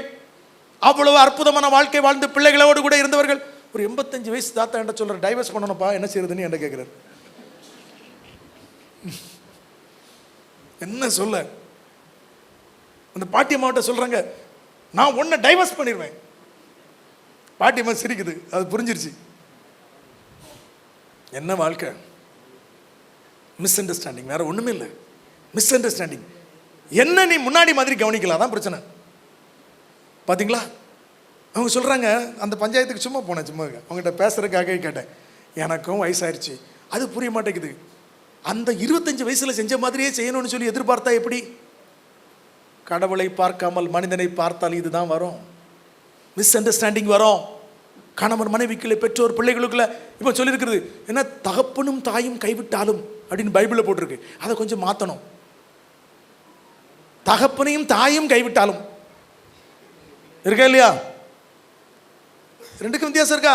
தகப்பனும் தாயும் கைவிட்டா தகப்பனும் தாயும் பிள்ளை கைவிடுறது, தகப்பனையும் தாயும் கைவிடுறதுன்னா பிள்ளைகள் பெற்றோரை கைவிடுவது. இது இப்போ ஃபேஷன். Miss understanding. அது எப்படி அவங்க எல்லாம் நம்ம கூட இருந்தால் நம்ம பிரவேசி போயிடாது? என்ன மிஸ் அண்டர்ஸ்டாண்டிங்? நான் இதுக்கு சப்போர்ட் பண்ணி பேசல, இதுவும் சொல்லலை. தவறாக புரிந்து கொள்ளப்படுகிற சூழ்நிலை வரும்போது நான் நல்லதை நினச்சி தானே செஞ்சேன். ஏன் என்ன தப்பாக புரிஞ்சுக்கிறாங்க? ஏன் புரிஞ்சுக்க கூடாது? இயேசுவே தப்பாக புரிந்து கொண்டார்கள், அதை அவர் தாங்கினார். மனப்பூர்வமாக ஏற்றுக்கொள்ளுங்க. நான் தப்பாக புரிந்து கொள்ளப்படுவதற்கு வாய்ப்பு இருக்கிறது. வேலை செய்கிற இடத்துல நல்லா தான் செஞ்சிருப்பேன், எனக்கு தப்பாக போட்டு கொடுத்துருவாங்க. போட்டு கொடுக்கறதுக்கே ஒரு கும்பல் இருக்கும். எத்தனை பேர் இருந்தாலும் சரி பயப்படவே மாட்டேன். சிலுவையை சுமப்பதற்கு ஆண்டவர் என்னை அழைத்திருக்கிறார். அதை கண்டு ஓடுவதற்கு, சிலுவையை சுமக்காமல் போவதுதான் தவறு, சிலுவையை மறுப்பது தான் தவறு. பிலிப்பியர்ல சொல்லப்பட்டிருக்கிறது, அவர்கள் சிலுவைக்கு பகைஞர். கிறிஸ்துவுக்கு பகைஞர் இல்ல, சிலுவைக்கு பகைஞர். யாரெல்லாம் சிலுவை வேணான்னு சொல்றானோ அவன் ஆண்டவருக்கு பகைஞர். அதான் பவுல் சொல்றார், சிலுவையில் அறையப்பட்ட இயேசுவையே பிரசங்கிக்கிறோம். எனக்கு மேன்மை பாராட்ட வேண்டும் என்றால் சிலுவையை பற்றி தான் மேன்மை பாராட்டுவேன். இந்த மாதிரி சிலுவையை சுமத்து காட்டுங்க, அதுதான் உங்களுக்கு மேன்மை. ஆண்டவர் இன்னைக்கு நம்மோடு கூட பேசிக் கொண்டிருக்கிறார். இன்னும் சொல்ல போனா ஆண்டவர் நமக்கு கேலி அவதூறு என்னும் சிலுவை. எல்லாரும் கிண்டல் பண்ற மாதிரி என்னுடைய வாழ்க்கை வந்துருச்சே. எனக்கு ஒரு தோற்றம் இருக்கிறதே. இயேசுக்கு அழகான தோற்றம் இருந்தது, ஆனால் எல்லாரும் அவரை கேலி பண்ணாங்க. என்ன பண்ணாங்க தெரியுமா? கண்ணை கட்டிட்டு அவரை பலாரையும் அடிச்சுட்டு ஒன்று அடித்ததை தீர்க்க தரிசனம் சொல்லி பார்க்கணும். இதை மாதிரி மார்க்கிங் என்ன இருக்குங்க? அவரை இந்த அளவுக்கு கேலி பேசினாங்க, யாருக்கும் எந்த தீமையும் செய்யலை. இன்னைக்கு யாராவது உங்களை கேலி பேசினா அப்படி மனசு ஒடிஞ்சிடுறீங்களே, இன்ஃபீரியாரிட்டி காம்ப்ளெக்ஸ் வந்துடுது. உன்னை குறிக்கிக் கொள்கிறாய், நான் என் கருப்பாக இருக்கிறேன், குள்ளமாக இருக்கிறேன். இதைத்தான் நிறைய பேர் சொல்லி காட்டுவார்கள். இந்த மாதிரி சிலுவையை சுமப்பதற்கு ஆயத்தமாயிரு. இயேசுவை நோக்கி பார்த்தால் என்ன வேணாலும் கேலி பேசிக்க, no problem, I will carry that. இந்த மனப்பக்கம் வந்துடணுங்க. இதான் மனம் புதிதாகிறது. பிள்ளைகளுக்கு சொல்லிக் கொடுங்க. பிள்ளைங்களுக்கு பிடிக்க மாட்டேங்குது. என் மகா சொல்லுவா, டாடா யாரையும் கம்பேர் பண்ணாதுங்க. ஏம்மா நான் கம்பேர் பண்ணலம்மா, உன் கூட இருக்கிற முஸ்கான்கிற ஃப்ரெண்டு, அவன் உன் கூட இருக்கிற உன்னை விட ஒரு 2 இன்ச்சு கம்மி தான், அவன் நல்ல மார்க் எடுக்கிறாள், ஏன் உன்னால் எடுக்க முடியலன்னு ஒரு நாள் கேட்டாங்க. என்ன இப்படி கம்பேர் பண்ணிட்டீங்களே, என்ன டிஸ்கிரிமினேட் பண்ணுறீங்களா? அப்படி ஒரு லாயர் மாதிரி பேசுகிறான். பிள்ளைங்க மனசில் எப்படி இருக்கு பார்த்தீங்களா? கேலியை, கிண்டலை, லைஃப்பை ஃபேஸ் பண்ண தெரியலங்க. உலகமே அப்படிதான் ஃப்ராஜைலாக எல்லாத்தையும் மாற்றி வச்சிருக்குது. சிலுவையை சுமக்க கற்றுக் கொடுங்கள். எந்த சூழலிலும் சிங்கம் போல கர்ச்சிப்பான். எந்த பிஸ்னஸ் ஸ்கூலில் போய் படித்தாலும், எந்த சைக்காலஜி படித்தாலும், பைபிளில் சொன்னதுக்கு ஒரு காலம் இதற்கு இதை சொல்லிக் கொடுப்பதற்கு யாருமே இல்லை. ஜான் சி மேக்ஸ்வெல் என்று சொல்லி ஒரு பெரிய மேனேஜ்மெண்ட் பிரின்சிபல், என்னுடைய MBA படிக்கும்போது என்னுடைய பாடத்திட்டத்தில் எல்லாம் இருக்கிறது. பெஸ்ட் செல்லிங் புக்கு விற்கிறவர். நிர்வாகம் பண்ணுவதில் அவர் எழுதின புத்தகம் தான் number 1 selling. John C Maxwell என்று. அவர் ஒரு பாஸ்டர். ஆமாம், மேனேஜ்மெண்ட் ஏன்னா 110 management principle, 5 pillars of management principle, இப்படி நிறைய புத்தகங்களை எழுதியிருக்கிறார். அவருடைய பேட்டியை நான் ஒன்று கேட்டேன். அவருடைய புத்தகங்களை நான் படிக்கிறது உண்டு. பேட்டியை கேட்டேன். அவர் சொல்லியிருக்கிறார், இதெல்லாம் நான் எங்கேயுமே படிக்கலப்பா, எல்லாம் ஆண்டவர் எனக்கு சொல்லிக் கொடுத்தது. வாழ்க்கை எப்படி வாழ வேண்டும், வாழ்க்கை முறை எப்படி இருக்க வேண்டும், இதுதான் சிலுவையை சுமப்பது கிறிஸ்தவனுடைய வாழ்க்கை முறை. சும்மா ஆசீர்வாதம் தான், நன்மை தான், அப்படி பட்டர் தடவுற மாதிரி இருக்கக்கூடாது. வாழ்க்கையில கஷ்டங்களை எப்படி சந்திக்க வேண்டும் என்று சொல்லிக் கொடுக்க வேண்டும். அதற்குத்தான் அவர் நமக்காக சிலுவையை சுமந்திருக்கிறார். கேலி பேசினா என்ன பண்ணணும்? நேரம் இல்லை. பண நெருக்கடி என்னும் சிலுவை எல்லாருக்கும் பிடிக்காது. ஃபைனான்சியல் ப்ராப்ளம் வந்தால் என்ன பண்ணுறது? இயேசுவுக்கு பண நெருக்கடி இல்லையா? மரியாளுக்கு சொன்னாங்க, ஸ்திரீகளுக்குள்ளே ஆசீர்வதிக்கப்பட்டவள், அப்படித்தானே போட்டிருக்கு. அவ்வளவு ஸ்திரீகளிலே பாக்கியவதி, ஸ்திரீகளுக்குள்ளே ஆசீர்வதிக்கப்பட்டவள். அவளுக்கு பிறந்த முதல் குழந்தைக்கு ஒரு ஆட்டுக்குடி கூட பலி செலுத்தக்கூடிய அளவில் 2 புறாக்குஞ்சி தான். புவர், ஏழை. ஐயோ, என் வயிற்றில் பிறந்தது பரிசுத்தமானது, என் வயிற்றில் இருப்பது பரிசுத்தாவினால் கற்பம் தரிக்கப்பட்டது, இந்த உலகத்தில் எல்லாராலும் பாக்கியவதி நான், எனக்கு ஒரு ஆட்டுக்குட்டி கூட கொடுக்க கூடாதா? ஒரு கேள்வி கேட்கவில்லை. நான் ஆண்டவருக்காக எதை செய்திருக்கிறேனே, இதை செய்திருக்கிறேனே, எனக்கு இவ்வளவு வாக்குத்தத்தம் இருக்கிறதே, எனக்கு ஏன் பண கஷ்டம் ஏன் வரக்கூடாது? நான் ஆண்டவருக்காகத்தானே இதை செய்கிறேன், ஆண்டவருக்காக தானே இப்படி பண்றேன், ஆண்டவருக்கு தானே ஊழியம் பண்றேன், ஏன் எனக்கு பண கஷ்டம் ஏன் வரக்கூடாது? இயேசுக்கே வந்துச்சுல, இந்த கேள்வியெல்லாம் யாரும் கேட்கக்கூடாது. இன்னையோடு நிறுத்திடுங்க. ஆண்டவர் என்ன காரியத்தை கொடுத்தாலும் ஏன்னு கேட்காம இதில் என்ன சொல்ல வர்றீங்கன்னு கேளுங்க, கரெக்டாயிருவீங்க. பைபிள் படித்து பாருங்க. எந்த அப்போஸ்தலர் இருக்காது, எந்த தீர்க்கதரிசி அது செல்வந்தராக இருந்ததா சரித்திரம் இருக்கா சொல்லுங்க, ஒரு ஆளை சொல்லுங்க. இன்னைக்கு எல்லாமும் சொல்றாங்க என்னமோ பெரிய ப்ராஸ்பரிட்டி அது இதுன்னு. எவ்வளோ பெரிய தீர்க்கதரிசியா இருக்கட்டும், எலியா வானத்திலிருந்து அக்னி இறக்கினாரு, காகம், விதவை, எந்த அப்போஸ்தலரும் எந்த தீர்க்கதரிசியும், பவுல் சொல்றார் என் கைகளினால் வேலை செய்து நான் பிழைக்கிறேன், பலமுறை நீங்கள் எனக்கு உதவி செய்தீர்கள். பேட்டனை மாறி போகுது, நமக்கு கண்ணை வேற மாதிரி மாத்துறாங்க. உலகத்தை நோக்கி மிக தெளிவாக சொல்லியிருக்கிறது. பண நெருக்கடி இயேசுவுக்கு இருந்தது. வாழ்வின் அசௌரியத்தை கண்டு பயப்படவே கூடாது, அதை கண்டு கலங்கக்கூடாது. பைபிள் சொல்லுகிறது ஞானி தன்னுடைய ஞானத்தை குறித்து மேன்மை பாராட்டக்கூடாது. பைபிள் என்ன சொல்லியிருக்கு தெரியுமா? கேளுங்கள் கொடுக்கப்படும் என்று சொல்லவில்லை. அதை தான் எல்லாருக்கும் புரியும். கொடுங்கள் உங்களுக்கு கொடுக்கப்படும். எந்த சூழ்நிலையிலும் கொடுக்கணும். இல்லைன்னு சொல்லி பஞ்சப்பாட்டு பாடக்கூடாது. அது நம்முடைய வாழ்க்கை முறையாக இருந்தால் அதை ஏற்றுக்கொள்ள வேண்டும். இயேசுவுக்கே அவ்வளோ கஷ்டம். வரி செலுத்துறதுக்கு காசாக இருந்துச்சு, டேக்ஸ் கட்டுறது கூட அது கேபிட்டல் டேக்ஸ் இல்லை, ஒவ்வொரு தலைக்கும் கட்டணுங்க. அது அவசியம், அது குற்றமாக மாறிவிடும். அதுக்கு கூட மீனை பிடிச்சு தான் எடுக்க வேண்டியது இருந்தது. 300 பணத்தை போட்ட உடனே அங்கே ட்ரெஸ்ஸர் சொல்கிறாரு ஐயோ தருத்தருக்கு கொடுத்துருக்கலாம். அப்போ தருத்தருக்கு கொடுக்கறது ஆண்டோடைய பழக்கமாக இருந்திருக்கு. ஏழைகளுக்கு கொடுப்பது. இன்னைக்கு நாம எப்படி இருக்கணும்? நிறைய இருந்த மட்டும் மனசில் வர வேண்டிய விஷயங்க. பண நெருக்கடியை கண்டு இன்னைக்கு நிறைய பேர் ஏன் எனக்கு இப்படிப்பட்ட போராட்டம் வந்து விட்டது. நிறைய பேசலாம் இதை பற்றி. பெரும்பாலும் மிஸ்டேக் நம்மகிட்ட தான் இருக்கும்.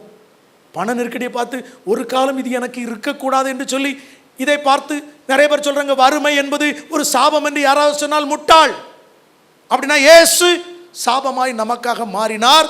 அவர் வறுமையில் இருந்தார், அவர் எல்லாம் செஞ்சு முடிச்சிட்டார். அடுத்தது வியாதி. இயேசு சிலுவையில் வியாதியை சுமந்து விட்டார், பாவத்தையும் சுமந்துட்டார். இப்போ பாவம் இல்லையா என்ன இருக்குல்ல? இருக்கா இல்லையா? பாவத்தின் தண்டனையை ஆண்டவர் சுமந்து தீர்த்திருக்கிறார். பாவம் இருக்குது, பாவத்தின் தண்டனையை இயேசு சுமந்து விட்டார். பாவத்தின் தண்டனையிலிருந்து நமக்கு விடுதலை கிடைத்து விட்டது. பாவத்தின் வல்லமையிலிருந்து இந்த உலகத்திலே நமக்கு ஆண்டவர் விடுதலையை தருவார். பாவத்தின் பிரசன்னத்திலிருந்து விடுதலை இல்லை, அது பரலோகம் போனால் மட்டுமே நமக்கு கிடைக்கும். இன்னைக்கு ஆண்டவர் நம்மோடு கூட பேசியிருக்கிறார். யாராவது சொன்னாங்கன்னா இயேசு ஏற்றுக்கொண்டா உனக்கு வியாதி. வியாதி உலகத்தில் வாழ்கிற நாட்களில் ஒரு குறிப்பிட்ட காலத்தில் நம்ம எத்தனை வருஷம் வாழணும்னு சொல்லி யார் சொல்கிறதுங்க? ராக்லாண்டெல்லாம் 35 வருஷம் தான் வாழ்ந்தார்னு நினைக்கிறேன். எத்தனை மிஷினரிகள் தங்கள் உயிரை கண்ணுக்கு தெரியாத யாருமே இல்லாத அனாதையை போல செத்திருக்கிறார்கள். அப்போ அவங்கள என்ன முட்டாளா? நாம் நினைக்கிறோம் ஐயோ இப்படி இருந்தாச்சுன்னா, பணமே இல்லாமல் இருந்தா, வியாதி வந்துட்டா, சுகர் வந்துட்டா, கொரோனா வந்துட்டா. அதை சிலுவையாக ஆண்டவர் சில நேரங்களிலே நமக்கு தருகிறார். கட்டாயம் அது வரணும்னு நான் சொல்லலை. அதை ஏற்றுக்கொள்வதற்கு மனப்பக்குவத்தை நீங்கள் பெற்றுக்கொள்ளுங்கள். ஒரே ஒரு சம்பவத்தை நான் மட்டும் சொல்லி முடிச்சிடறேன், நேரம் இல்லை. ஒரு தகப்பனாருக்கு அமெரிக்க தேசத்தில் நினைக்கிறேன் ஒரே ஒரு பையன், ரொம்ப பிரியமான பையன், அம்மா இல்லை. அந்த பையனை ரொம்ப பாசமாக வளர்த்தார். ரொம்ப வெரி எனர்ஜெட்டிக் பாய். விளையாட்டுன்னா அவனுக்கு ரொம்ப பிடிக்கும். எதை எடுத்தாலும் வேகமாக செய்யணும். மோட்டர் பைக் ஓட்டினா வேகமாக ஓட்டுவான். ஸ்போர்ட்ஸ் கார்னால் அவனுக்கு ரொம்ப இஷ்டம். அப்பா ஒரே பையங்கிறனால அவனை சேஃபாக வளர்க்கணுங்கிறதுக்காக வேண்டி அவனுக்கு எதுவுமே வாங்கி கொடுக்கல. கல்லூரிக்கு போனால் அப்படி போகும்போது சொன்னால், அப்பா சொன்னார் ஸ்கூலில் படிக்கும்போது நீ இப்போ வேணாம், உனக்கு வயசு இல்லை, கல்லூரிக்கு போனால் நான் உனக்கு ஒரு ஸ்போர்ட்ஸ் கார் வாங்கி தரேன். கல்லூரிக்கு போகும்போது சொன்னார் நீ ஃபஸ்ட் மார்க் எடுத்துருப்பா, உனக்கு நான் ஸ்போர்ட்ஸ் கார் வாங்கி கொடுக்குறேன்னு சொல்லிட்டார். இவன் படிக்கும்போதெல்லாம் சொன்னான், ஞாபகம் மறந்துடாதுங்க, ஸ்போர்ட்ஸ் கார் நான் டிகிரி வாங்கும்போது கரெக்டாக என்ன வரணும், ஸ்போர்ட்ஸ் கார் கொடுக்கணும். அப்பாட்ட சொல்லிட்டு சரிப்பா வந்துடுறேன். ஒரு நாள் அதே மாதிரி முதல் மதிப்பெண் எடுத்தான். அவனுக்கு எல்லாருக்கும் முன்பதாக ஒரு பட்டமளிப்பு விழா வைக்கப்பட்டது. அப்பாட்ட சொல்லிட்டு போனால், அப்பா நீங்கள் மீட்டிங் வந்துடுங்க, அந்த இடத்துல வந்து நான் பட்டத்தை வாங்கி உங்கள் கையில் கொண்டு கொடுப்பேன், நீங்கள் கையில் என்ன கொடுக்கணும், ஸ்போர்ட்ஸ் கார் கொடுக்கணும். பட்டத்தை வாங்கிட்டு ஓடி வரான். அப்பா சிரித்த முகத்தோடு மகனை கட்டி அணைக்கிறார். பட்டத்தை கையில் கொடுத்துட்டு எங்கேன்னு கேட்குறான். கையில் ஒரு பைபிள் எடுத்து இந்த அப்பா வச்சு கண்ணி கொடுக்குறாரு. இவனுக்கு வந்ததே கோபம், அவ்வளவு ஆக்ரோஷம். என்ன செஞ்சான் தெரியுமா? தூக்கி விட்டு எறிஞ்சான். நான் என்ன சொன்னேன்? எல்லாருக்கும் முன்னாடி கத்தினான். ஆயிரக்கணக்கான மனிதர்கள் இருக்கிறார்கள். நீ எல்லாம் ஒரு தகப்பனா? நான் என்ன கேட்டேன்? இதே கனவோடு கூட தான் நான் படித்தேன். ஆனால் இது எல்லாவற்றையும் விட்டு விட்டு இன்னைக்கு ஒரு பைபிளை தூக்கி கொடுக்குறிய. அப்பவே இதுதான் சொல்லிக்கிட்டு இருந்தா, அந்த பைபிளை படி படி படின்னு சொல்லி இப்போ அந்த பைபிளை கொடுத்து என்னை ஏமாத்த பார்க்கிறாய் அப்படின்னு கத்துனதை பார்த்து அப்பா நெஞ்சை பிடிச்சி கீழே விழுந்து செத்து போயிட்டார். அவனுக்கு என்ன செய்யறதுன்னு தெரில. அடக்கம் பண்ணினார்கள். யாரையும் பார்க்க விருப்பம் இல்லாமல் போனான். வேலை கிடைச்சது, பிள்ளைகள் பிறந்தார்கள். ஒரு நாள் அவன் பார்க்கில் நடந்து கொண்டிருக்கும் போது அப்பாவுடைய நண்பர் அவனை பார்த்தார். அவனை பார்த்தாலே எல்லாருக்கும் பயம். ஏன்னா அவ்வளோ பெரிய கோவக்காரன். இப்படி கத்தி அப்பாவே இறந்து போனார். என்ன செய்யறதுன்னு தெரில. ஆனால் என்ன பண்ணா, அவருடைய நண்பர் வந்து சொன்னார், தம்பி எப்படி இருக்க? நான் நல்லா இருக்கிறேன். சரி, நான் உன்கிட்ட பேசலாமா? பேச தம்பி. வேற ஒன்றும் இல்லைப்பா, அன்னைக்கு நீ தூக்கி வீசின பைபிளை நான் எடுத்து வச்சிருக்கிறேன். உங்கள் அப்பாவோட ஞாபகார்த்தமாக நான் எடுத்துகிட்டு வரட்டுமா? இப்போ கோவம்லாம் குறைஞ்சிச்சு. சரி, கொண்டு வாங்க. அந்த பைபிள் எடுத்துகிட்டு வந்து கொடுத்தாரு. அதை திறந்து பார்த்தான். முதல் பக்கத்திலே அந்த கார் கீ ஒன்று வைக்கப்பட்டிருந்தது. கதறி அழுதான். ஐயோ, அன்றைக்கே பைபிளை கொடுக்கும் போது நான் வெறும் பைபிள் என்று நினைத்தேன். அதற்குள்ளே அன்போடு கூட இவ்வளவு விலை அந்த நாட்களில் இருந்த விலை உயர்ந்த காரை வாங்கி அவனுடைய கீயை உள்ள வச்சிருக்கிறார். கதறி அழுதான். ஐயோ, நான் நீர் என்னை கஷ்டப்படுத்துகிறீர் என்று சொல்லி நினைத்து இவ்வளோ பெரிய மேன்மை விட்டு விட்டேனே. உலகத்திலே பல காரியங்கள் நமக்காக வைக்கப்பட்டிருக்கலாம். இயேசு அவரை பின்பற்றுவதற்கு உங்களை அழைக்கிறார். உங்களை வெறுத்து சிலுவையை பின்பற்றுவதற்காக இயேசு அழைக்கிறார். கண்களை மூடி ஆண்டவரை நோக்கி பார்க்கலாம். Thank you Jesus. 2 நிமிஷத்தில் நான் முடிச்சேன், நேரம் ஆயிடுச்சு. இன்னைக்கு எத்தனை பேர் இன்னைக்கு ஆண்டவர் என்னோடு கூட பேசி இருக்கிறார்? இந்த வார்த்தைக்கு நான் விட்டு கொடுக்குறேன். கையில் தூக்க வேண்டாம், உங்கள் நெஞ்சில் மட்டும் கை வச்சுக்கோங்க. உங்களுடைய ஆசீர்வாதத்திற்காக நான் ஜெபித்து முடிக்க போகிறேன். உங்களுடைய இருதயத்தின் மாற்றத்திற்காக இன்னைக்கு உங்கள் வாழ்க்கையில ஒரு திருப்புமுனையை ஆண்டவர் கொடுக்கும்படியாக உங்களுடைய அநேகருடைய கேள்விக்கு ஆண்டவர் பதில் சொல்லி இருக்கிறார். பைபிளை படித்து இந்த கேள்விக்கு பதில் இல்லை என்று சொல்லிக் கொண்டிருந்த அநேக கேள்விகளுக்கு ஆண்டவர் இன்னைக்கு பதில் சொல்லி இருக்கிறார்.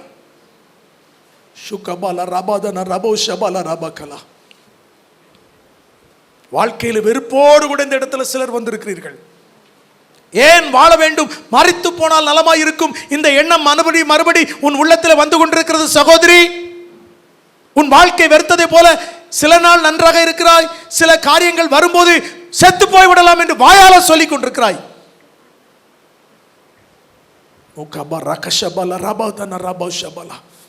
இயேசு உன் வாழ்க்கையை பார்க்கிறாய்.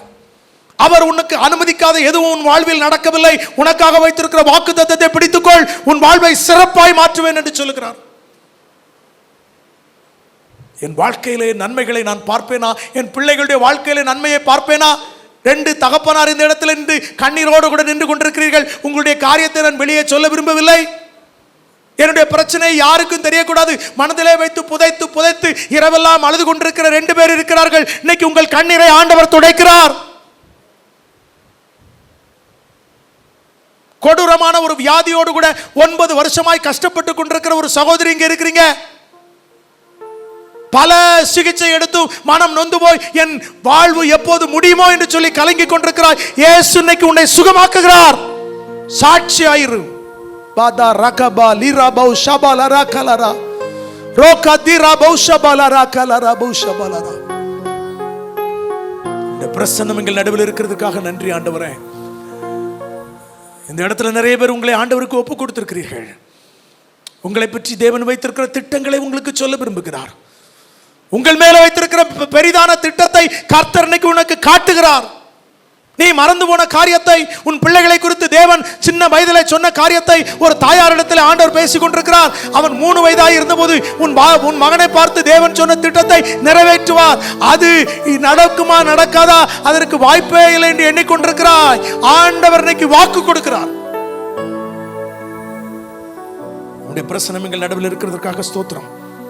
எங்களோடு கூட பேசின நல்ல வார்த்தைகளுக்காக நன்றி. அந்த உடைய பிள்ளைகள் ஒவ்வொருவரையும் ஆசீர்வதித்து அனுப்பும். உடைய நன்மை நான் நிரப்பி காத்துக்கொள்ளும். இயேசுவின் வல்ல நாமத்தில் ஜெபிக்கிறேன், ஜீவனுள்ள நல்ல பிதாவே.